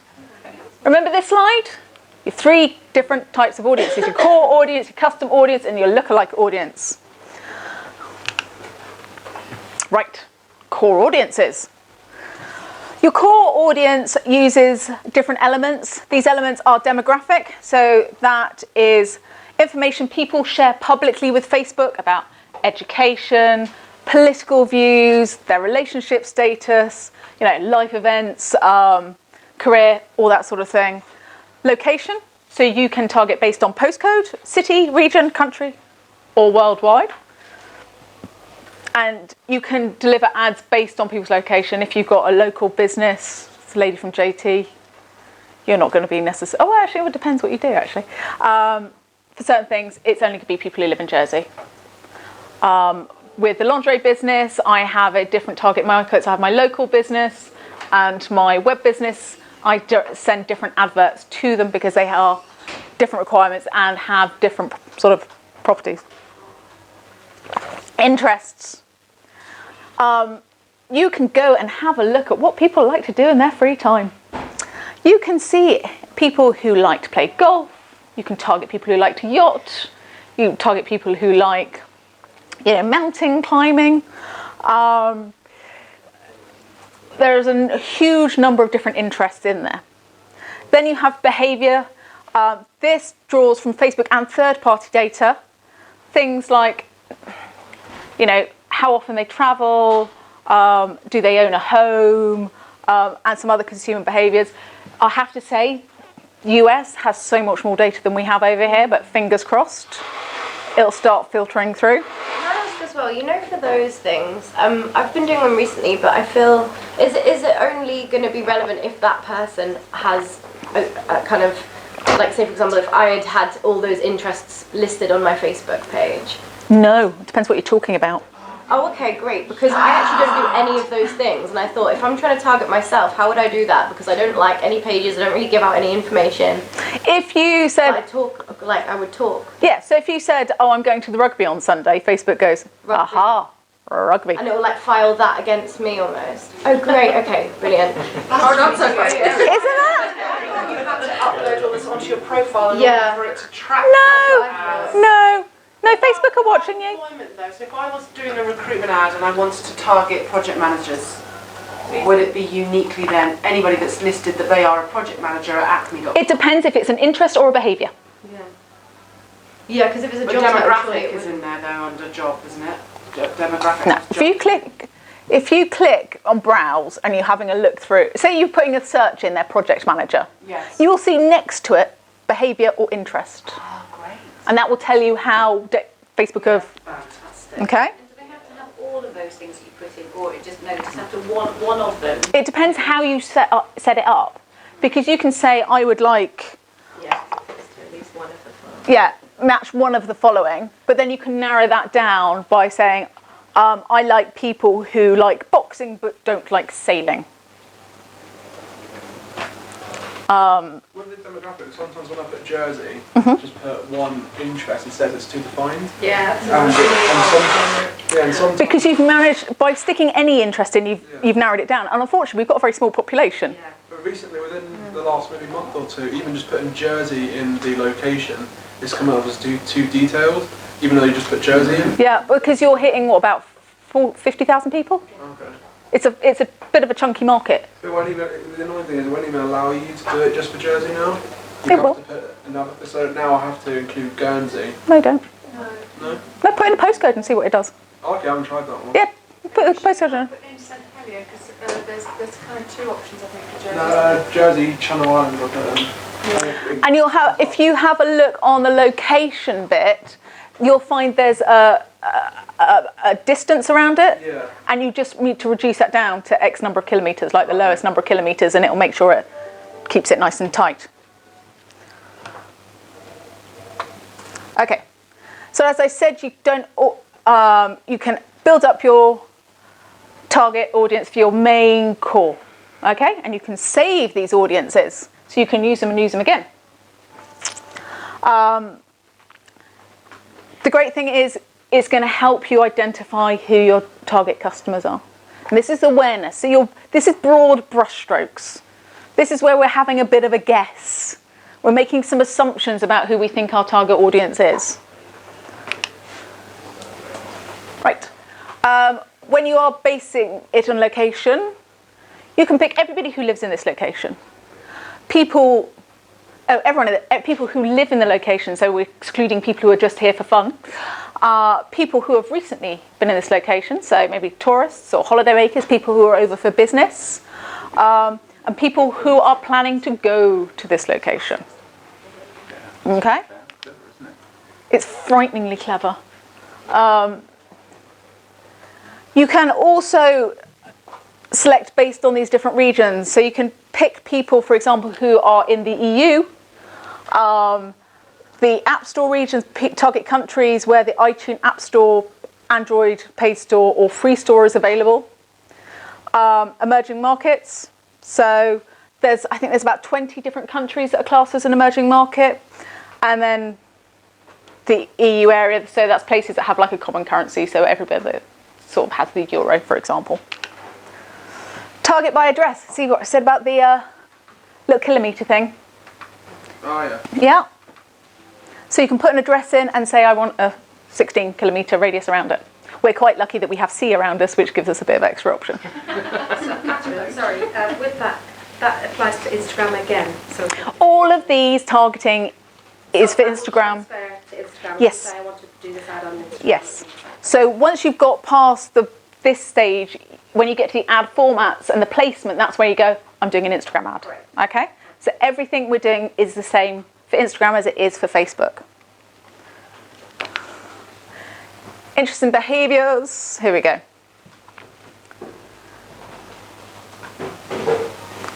Oh, we've talked about that.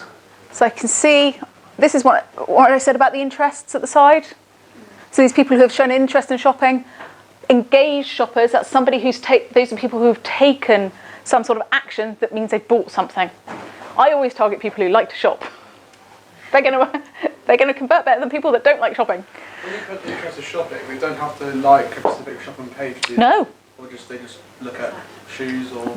They're buyers, basically, who buy stuff. Yeah, the engaged shopper are people who buy something. So if they look at Vogue regularly and then their behaviour is they go and buy shoes, they're regarded as an engaged shopper.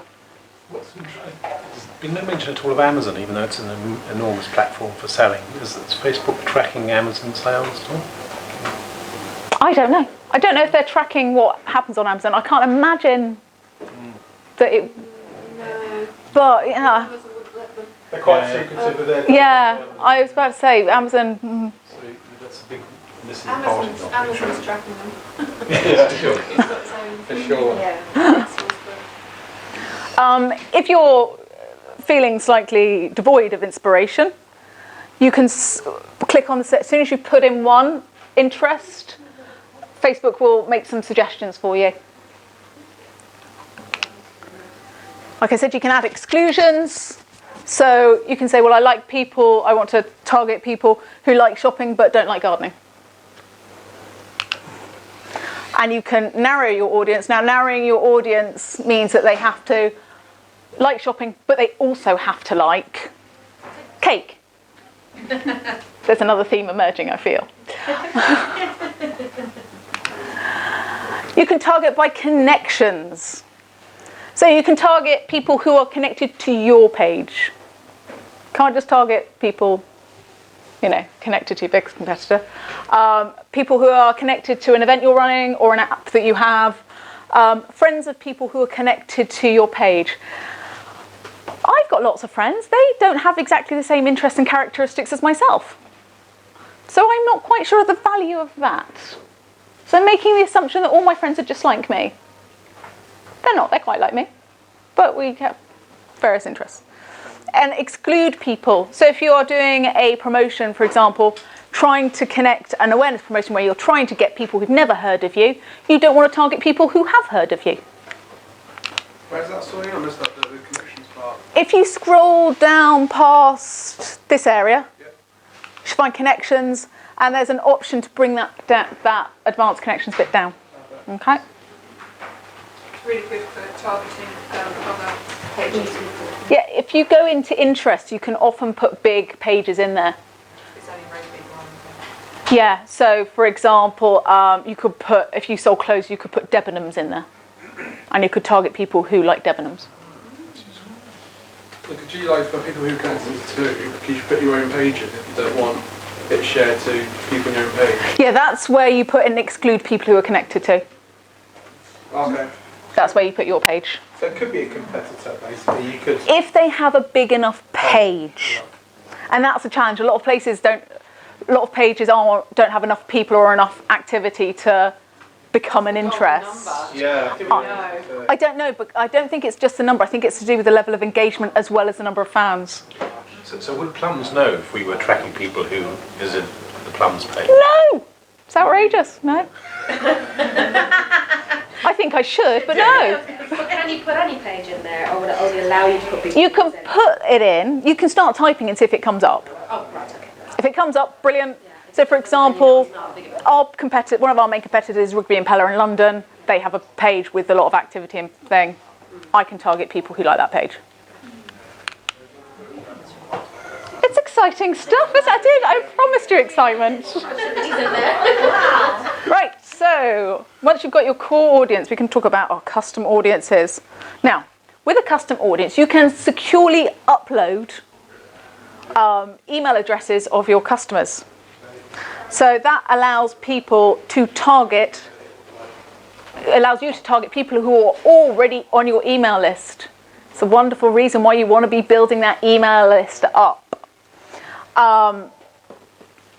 You can also combine custom audiences with different targeting options, such as, location, demographics, to make sure that you're hitting the right people. So, as I said, you've got data files. When you've installed your wonderful Pixel, you can set up an audience based on your website data. If you have a mobile app, people who've interacted with that, and people who have engaged with your Facebook page. Right. So this is the menu you get. Like I said, you can. If you have a MailChimp account, they make it super easy for you to link it with Facebook. Your website traffic, like I said, is the Pixel activity.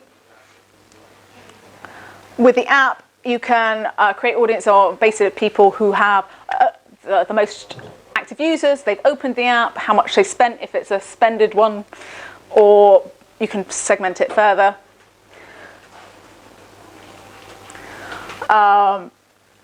Offline activity. This is a manual upload. It's less exciting.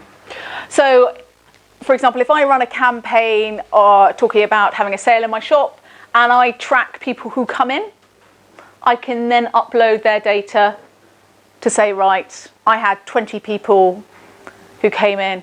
It's really for quite big. If you ran an event and you had 1,000 people rock up. What data you're sharing email addresses then? It's completely secure. They hash it. So Facebook cannot access it or use it for anything other than what you dictate it for. Privacy though that you were doing that? Yes, you do. You do need to tell people in your privacy that you do use Facebook to talk to them.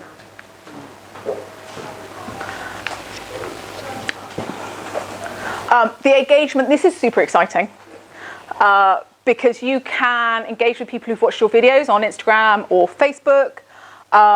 If they have opened or completed one of your lead forms, if they have interacted with a Canvas mobile experience, we'll talk about those in a minute when we get to ad formats. And, basically people have interacted with you. This is great. You know, the awareness is there. They know that you have some sort of relationship. So you can actually target them without having them have to do anything too onerous.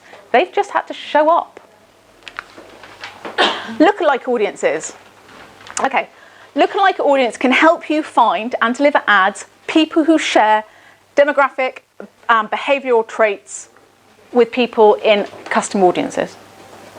So I would like to set up a lookalike audience that looks a bit like my customers. So Facebook will go, right, your customers are between 45 and 65, they tend to be women, they like X, Y, and this pages, they like cakes and baking. Cakes. I think I might have to have a cake later, I don't know why. Facebook will then extrapolate that and find you a lookalike audience. To have start your lookalike audience, you need to have a customer audience of at least 100 to start with. Ideally between 1,000 and 50,000 people.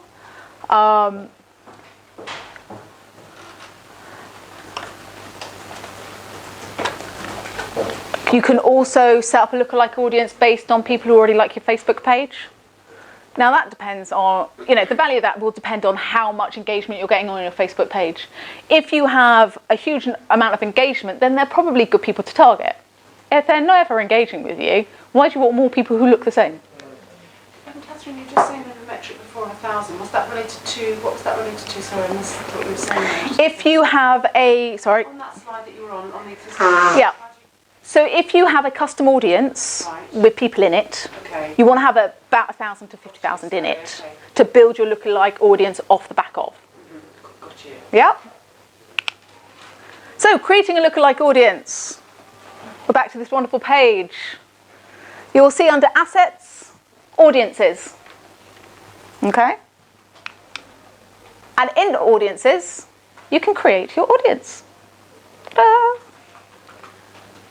So this is where you can choose to do a custom audience or a lookalike audience, okay?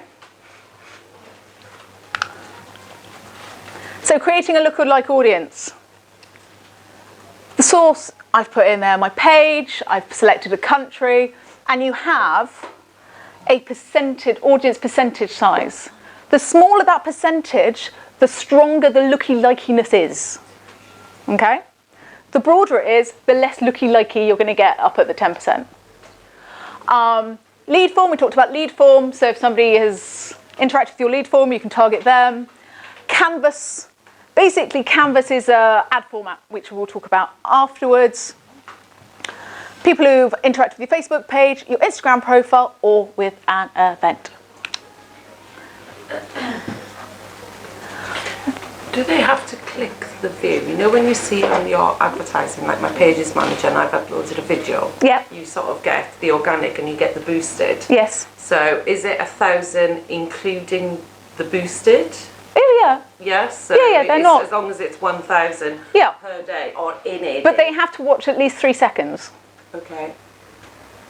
Which doesn't sound long, but again, Adrian, it's depressing, isn't it? Yeah.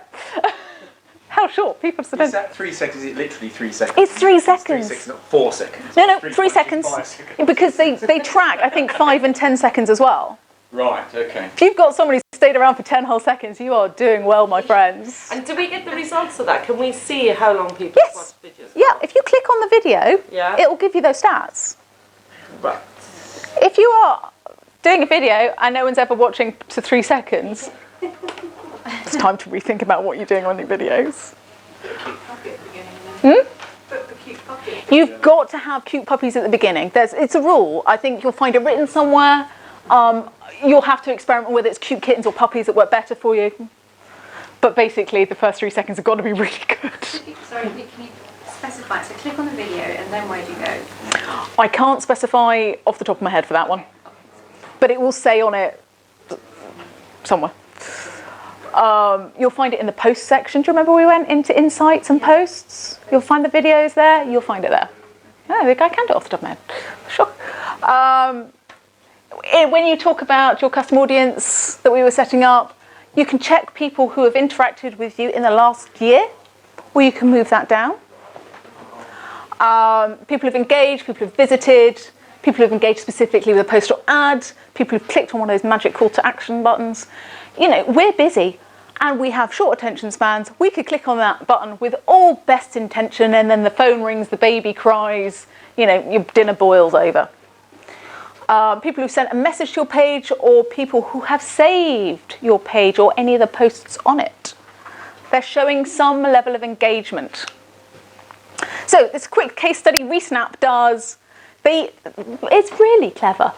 They use artificial intelligence and image recognition technology to choose all your best photos and craft a really lovely photo book.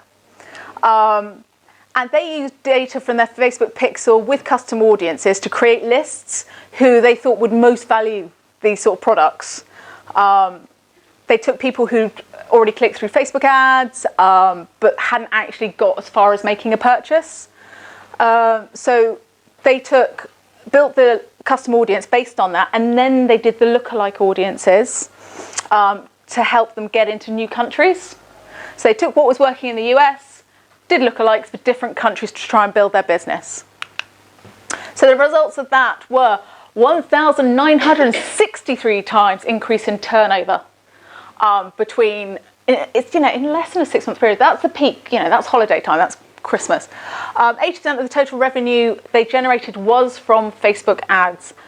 Don't kid yourself, they will have had a big budget. I'm not expecting the rest of us to be able to do that. 1.6 average return on their ad spend. Average returns you can aim for. And they sold, I can't believe it, 10,000 photo books every day from Facebook ads. Every day. I know. What have you been doing with your time, people? By the end of this, I'm so looking forward to these amazing campaigns you guys are going to be doing for us. Right, ad formats. This is a creative. This is, you know, the bit probably most of us focus on. And with good reason, because it's what we always see. But it must be married up with that good target audience. There's no point delivering the most amazing advert to people who don't care. So the simplest one is your single image. On your single image, you have your ad copy. Image size is 1,200 by 628 pixels. You get to choose yourself a fabulous call to action button. You can change your headline and the text, and you can choose what we call a display URL. A lot of URLs are a little bit ugly when you put the full thing in. So instead of necessarily putting the full thing in, I would just put plums.com/sale. It's important to have a URL that reflects the content. There is an immediate, people distrust clicking links. You've got to get over that barrier by having something that reflects the content of your advert. Right, text on images. Oh, Facebook doesn't really like you putting text on images. They want you to produce beautiful, engaging, it's almost like art. The rest of us want to sell stuff. So they have rules based on the amount of text. The less text, the happier they are. The first ad, you'll see the logo in the corner. They are more than happy with that. That's going to get approved. It's going to go, not an issue. The second one here, we've got some copy at the top of the image and the logo. You know, you might find that that is going to get shown to fewer people. It may get shown to a smaller audience. I'll be honest, I've experimented and I've not found a difference between about that much text and no text at all. It's been passed the same and I've achieved the same sort of audience. Do you get warnings sent you occasionally? With that, you shouldn't do. There is a tool called the, I can't remember what's it called. Do you know what it's called, Gwen? It's an image grader or something. We'll find a link. And you can upload your ad to it, and Facebook will go, too much copy. You'll probably get this, you know, disproved. Or there's quite a lot of copy. We're probably not going to show it to that many people. Then it starts to get a bit silly. The more text you get, see they've added some copy next to the logo. You're going to, again, they'll show it to fewer people.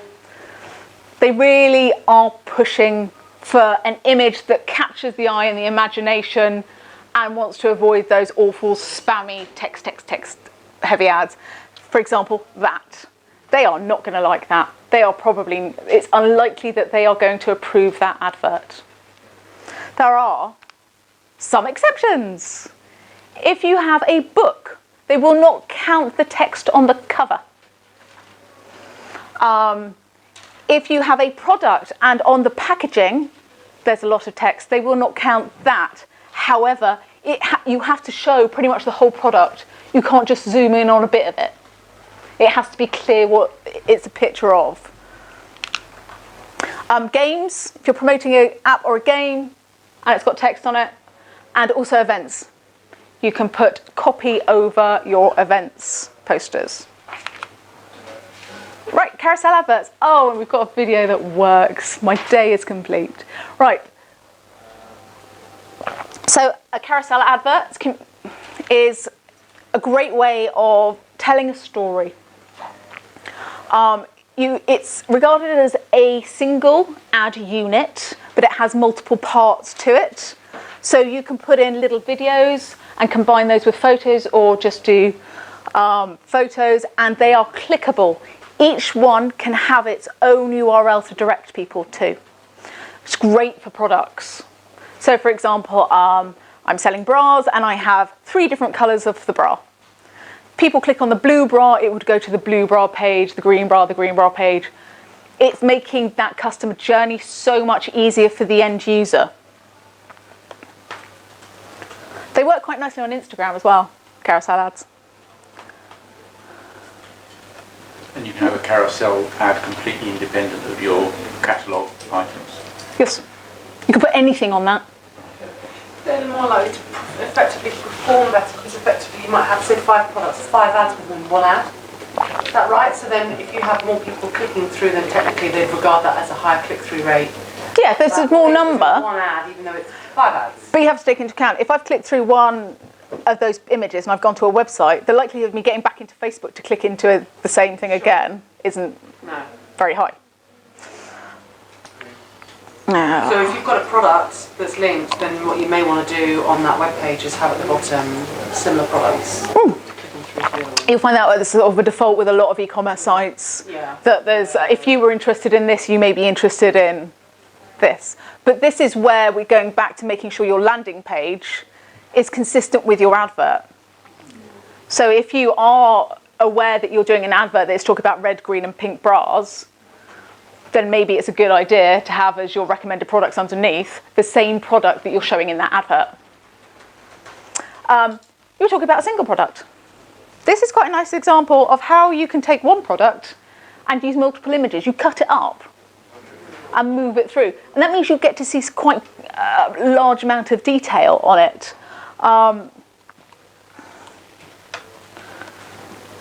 you see there, they've got the little images. It's quirky because they've got the fingers making it look like they're dragging the picture through. And it's actually not that difficult. It's just clever. Carousel images are quite good if you're feeling, to express your creativity somewhat. Because the more engaging or more interesting your ad, the better it's going to work. This is a curling tongy thingy. And they have used each individual photo to give a little demo of how the product is used.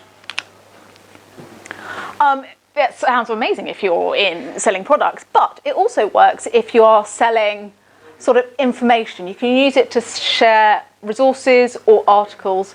As you can think of, again, you've got to get into that storytelling mindset. This is Pure Vida bracelets. They offer little bespoke bracelets. They did this showing lots of little lifestyle images of their products, and within 2 months of running that ad, their orders increased 4 times. And this isn't, like I said at the beginning, we can all do this. There is nothing really hard. It takes time, but I have absolute faith you can all do cool stuff on Facebook ads. This is similar. This is what was originally designed for was going through your product catalogue, showing different things. Video ads.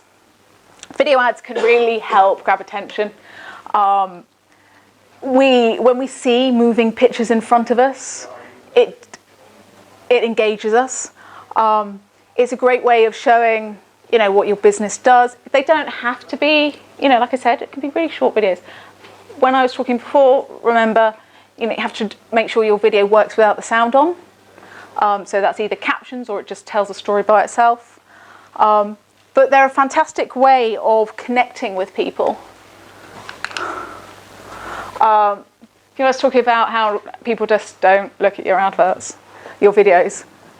This is the drop-off. It's so disappointing. 60 minutes, no one's watching it. He's got 60 minutes to sit and watch a Facebook advert. But you're seeing the most people, slow a minute. You've got to make sure it's really good for the beginning. If you're doing an information product, standing there for the first 5 minutes talking about yourself isn't going to cut it. I have to know, as soon as I start watching that video, what is in it for me. So feature your brand early. Are these going to work? I hope so, because they're quite nice little vids.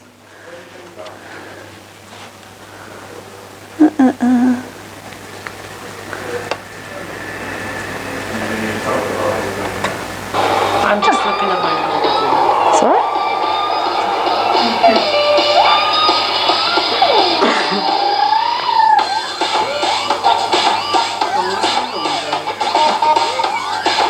And it's about being engaging and actually wanting to watch the video past the first 3 seconds. You want to know what's happening. Yeah.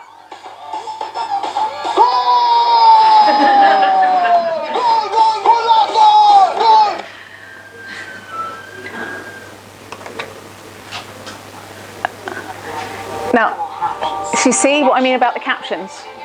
You can watch that without the sound and still get an understanding of what it's about. Women in the US are on a diet. 25 million with compulsive overeating. Why is this so? Why have we bought into this madness? We're in a crisis. It's our obligation to teach other women, to teach young girls, to teach our mothers, so that the ripple effects of the power of yoga reverberate throughout the world. That is a revolution. Yeah, but how long did it take you to realise that you weren't interested in yoga before we turned that off?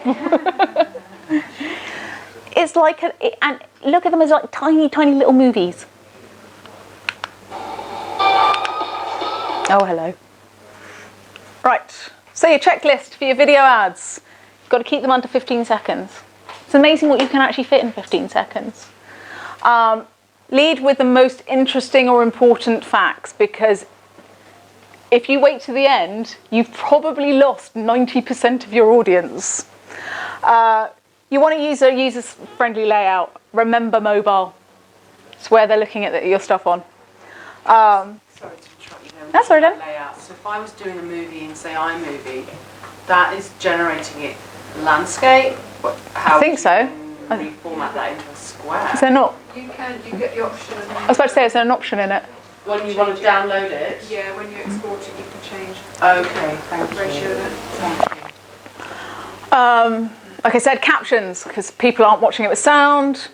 And like I said, if you're using a video that wasn't designed for mobile, you want to edit it first to make sure it does work with mobile. Right, shooting videos. Don't think you've got to get some high production video film crew in, lights, makeup, the works. You don't. You want to make sure that whatever your video is, it's well lit. The best light that you will find is outside. Make sure that when you are looking at it, that you don't have the sun behind you. You have to face in the sun. It's better to squint a little bit and people see your face than it is to have the face blocked out because the sun's behind you. Or you can buy these little LED lights that are pretty low cost. Pop it on a tripod, get a bit of light, look gorgeous. Light is your friend. It makes the wrinkles disappear. Keep your phone steady. This is really off-putting. You can use a selfie stick. if you are wanting to talk about something, you can talk and walk. You wedge your selfie stick right in that hip bone to keep it nice and steady. Okay? Or a tripod. Again, you can pick these up for a few quid on Amazon. If you are recording sound, use a microphone. You can pick up like a lavalier mic, like this sort of affair, off Amazon. A good brand is Rode, R-O-D-E. They're about 30, 35 quid. I have put on here a lovely link for the Creative Gallery. So there's heaps and heaps of inspiration on how other companies have used video. Collection ads. Please work.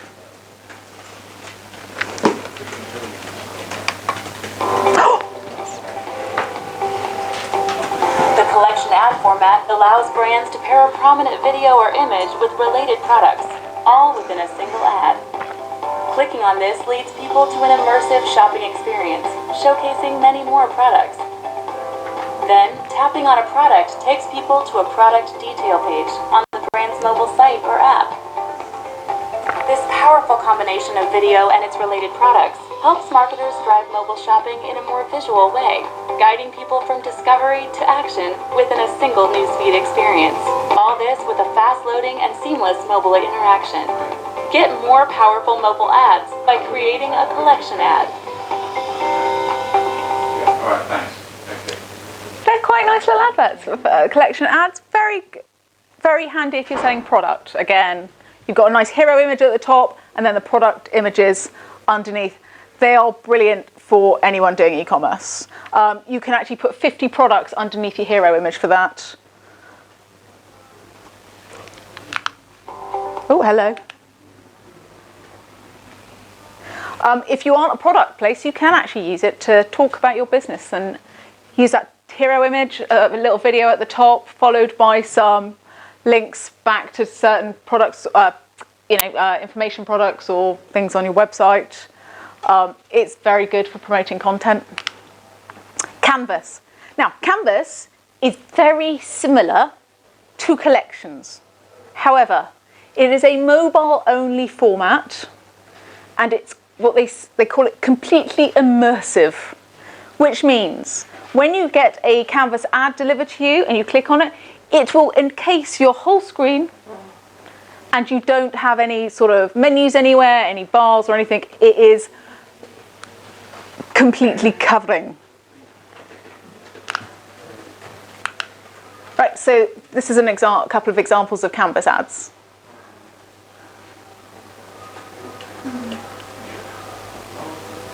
So Coke used the first Canvas ad to announce the launch of an aluminium bottle. It's short, there's not a lot to it, but it's quite engaging. And again, that is an awareness advert.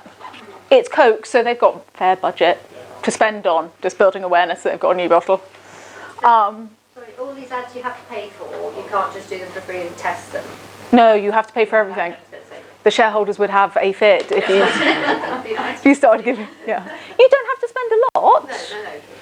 But Facebook wants your money, honey. If you don't know your audience, like what they were using, you'd have to do effectively 2 ads. Would you one Canvas and then one non-Canvas, or? What do you mean? What they're using? So in terms of what device they might be using. So if they're using a smartphone, Canvas will only get delivered to smartphones. Oh, I'm with you.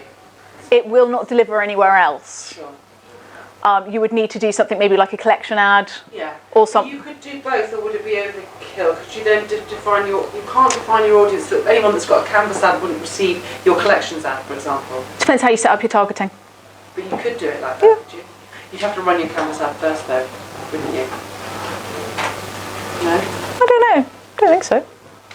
It's not going to kill someone to see 2 adverts from you. I'll be fair, So the first page, the most important thing when you're doing Canvas is that first page. That's the bit that opens up on your phone, and that's when people are going to decide whether they're actually going to stick with it or just get out. So you've got to hook them nice and quickly. Oh, marvellous. So we've gone through the ad formats. Now we want to know what makes a good advert. We've seen some really nice examples. But let's just reiterate, a lovely, clean image works well. The first one, because the thing is, you've got so much competition on there. There you've got a company called Dolls Kills. It's an online boutique, and you can see those shoes. They stand out so well against that white background. Trunk Club have used a different way of displaying fashion. So what their company does is you put an order in, and somebody chooses your clothes for you based on preferences that you have put in. They have this, you have your own stylist, and then they pop it in a box and send it to you. If you like it, you keep it. If you don't, you send it back. So what they've managed to do in this advert is get across how the process works, as in you're getting stuff in, but it's a different way of looking at clothes. Bless you. Social proof. We all like to do business with people we trust. And 88% of consumers will actually trust online reviews. This company here has used, my image is so small, a recommendation from a journalist at a well-known publication called Business Insiders. And this one is just Ashley. I don't know who Ashley is, but she's loving those yoga pants. You know? And they've got a very strong image as well. It's engaging and quirky, even if you don't read. You can spend hours writing and crafting your copy, but if your image sucks, they're unlikely to get as far as reading. People don't like to read. We scroll, and something has to really capture our attention very quickly for us to make the effort to read. I don't know why reading became such a chore in life. Is there any metric on how big the post should be in terms of the words? They have done studies that 5 words is the best number. However, they are taking a huge, diverse range of businesses. And this is why I don't usually put stats like that in here, because what works for you will not work for me. You know, you're dealing with a different audience. I can say pretty bras 50% off, and that'll work. But you may need to explain and explore more. I mean, that's not a short amount of copy. So it's testing and learning. You have to find out what works for you, rather than relying on what the industry standard or the great and the good say. But when you do have copy, it's nice to have some engaging copy. When you're writing, think about what is the one thing I want audiences to take away from this ad. Don't overcomplicate it. If you have one benefit, talk about it. What's the main message you want to share? What is the pain point? So, I don't like cleaning. I would much happier if a little robot came round, hoovered up, and didn't hoover up my dogs at the same time. So it gives you some features, and the pain point is you're going to get a thoroughly clean floor at a click of a button. You need to make the copy nice and conversational, use a bit of white space. If you are going longer in the copy, use paragraphs, build it out, don't just make it one thick block of text. And remember, you've got this at the bottom as well you can use as the top bit of text. How do you get bigger? I can never seem to make it get bigger. You can't, it's just automated. I saw that was different. No, that's they have a headline format, a body text, and you can't do anything with it. As much as we think that we make decisions with our heads, we don't. The majority of our decisions we make emotionally. So you need to try and appeal to both. So on this ad here, start saving time on social. That's an emotional benefit. I want more time. I'd love more time. The rational bit is it's very easy and simple to use. You see the image there of a lovely lady with a smile on her face. Oh, that appeals to the emotional part of you. The 30-day free trial, lovely, there's your rational bit. And there, 10 million plus professionals, and that's a lovely bit of social proof. So you've got all that evidence, it's appealing to the emotional side of you, and there's no risk, because you've got a 30-day free trial. Tomorrow I was talking about consistency when you're hitting the landing page. It's actually harder to find than you think. So I've seen that advert of a very stylish pink little shoe with a yellow daisy on it, and I've clicked through to the website. I'd like to know where my pink shoe with the yellow daisy is, because it's not on that page. It's really annoying. That means I've now got to go hunting for the pink shoe with the yellow daisy, and I'm not going to, because I didn't really want it right now anyway, because I was in the middle of watching a cat video. If you have managed to get them to do the click, well done. But don't let yourself down when they actually reach your destination. But maybe that's why they're trying to plug that shoe, and they're going to try by hook or by crook to get you to that page. I don't care. I want a pink shoe with the yellow daisy, and I'm not going to be waved on that. See that shoe as well. And I'll see that shoe now for the next week. Follow me around Facebook. People will look over my shoulder and wonder why I'm buying toddler shoes. When you're putting an advert up and you're advertising a service or product, is it better to have the price on it or not? Test it, find out. It's one of those, it might work for some people. It depends if price is a big barrier for you. Okay. If people think that you're expensive or too cheap or this, that and the other, try some with, try some without. See what works better. If you only had 7 products, would you just use that link and actually put them through to your whole store if you've only got a few products in there? Or do you think just go straight? No, I've seen the pink shoe with the yellow daisy. I want to see the pink shoe. If that pink shoe with the yellow daisy was on that page with other products and I could directly click on it, that's a different matter. Okay.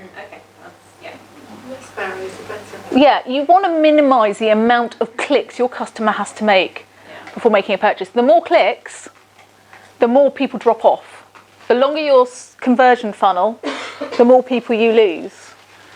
You can also use deals and offers to encourage them. I mean, you don't want to give away the farm, but we are sort of primed to look for words like discount, free, offer.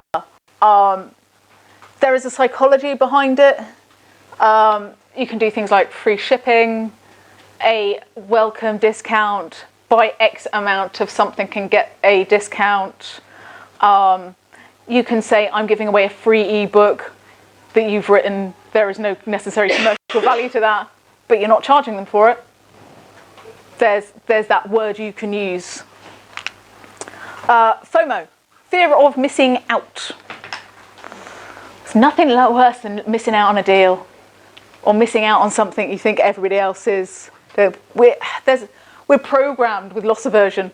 So if you can trigger some sort of urgency in the advert, you're compelling people to take that action quickly. Take an extra % off now. Discount already applied, expires tonight. Look at the words you're using. Action words will lead to people taking action. Split testing. I've talked about testing briefly. Every time you run an advert, you can very simply test it. And you can test different options. When you've selected your objective, there is a little box that you can tick that says create split test on this advert. You can check to see, the difference between how well an audience does, how well the creative does. Here we go. So you can test your creative, the delivery optimization, the audience, and where people find it. Okay, so we want to make sure that our wonderful ads are working. So we need to check out the campaign reporting. So this is the page we've started on today. And this is the first view you're going to get when you go into your ads manager. You're automatically shown a list of your active and inactive campaigns, what the performance of those campaigns is, and right on there in the right-hand column you see the campaign name.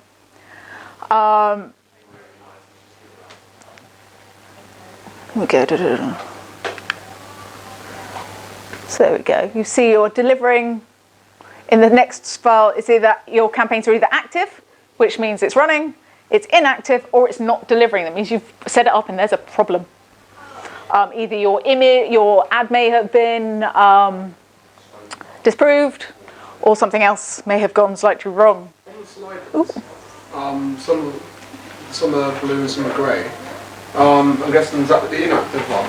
Yeah, so if it's blue, it's on. Because all mine have been completed, but they're all still blue.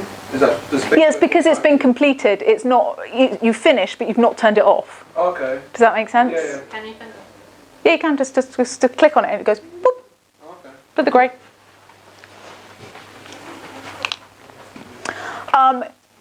There is so much information Facebook gives you. And if you click on this column at the top, this bar at the top, you can select all these different options on what you can check the stats for. So you can see if you've got one of these as a video, you can check what level of video engagement you've got. Okay?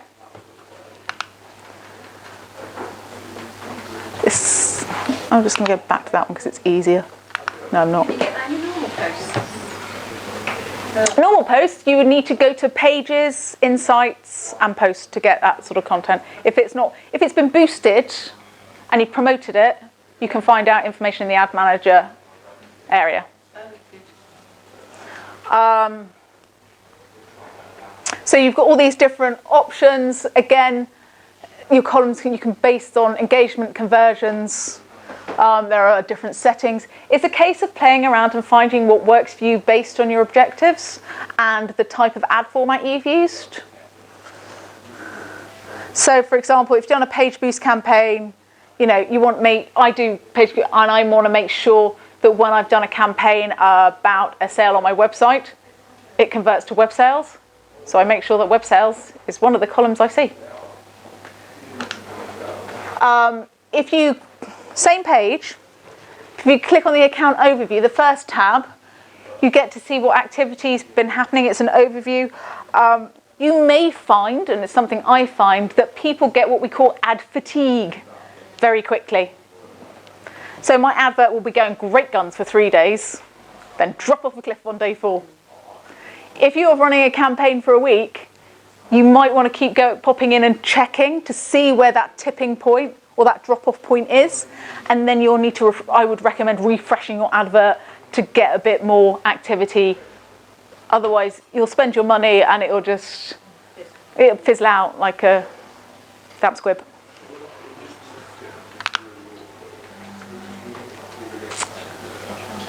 If you, on that account overview again, you've got creative appointment. This is where you can see the activity of your creatives.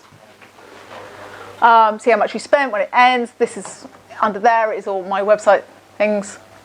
But this is focusing you on your creative. Remember, it's not just one thing. You can have an amazing creative, but if you target it incorrectly, it won't work. Okay?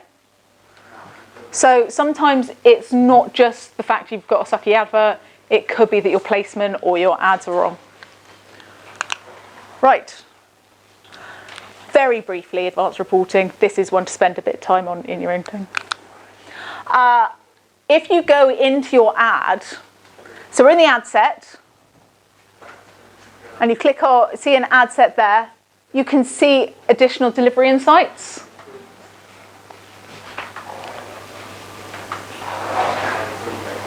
Your advert has to have been live in the last 7 days and had a minimum number of 500 impressions to be able to get this. Okay, so you can't go back to something you did 2 weeks ago and see it.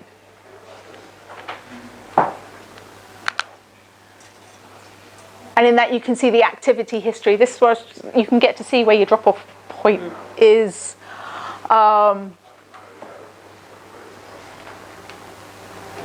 There is an interesting tab there called auction overlap.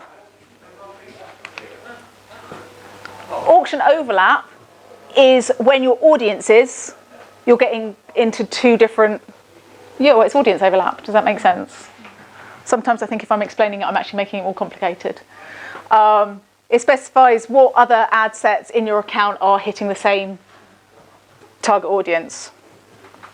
And they say a higher rate of overlap could be the reason why something isn't performing for you.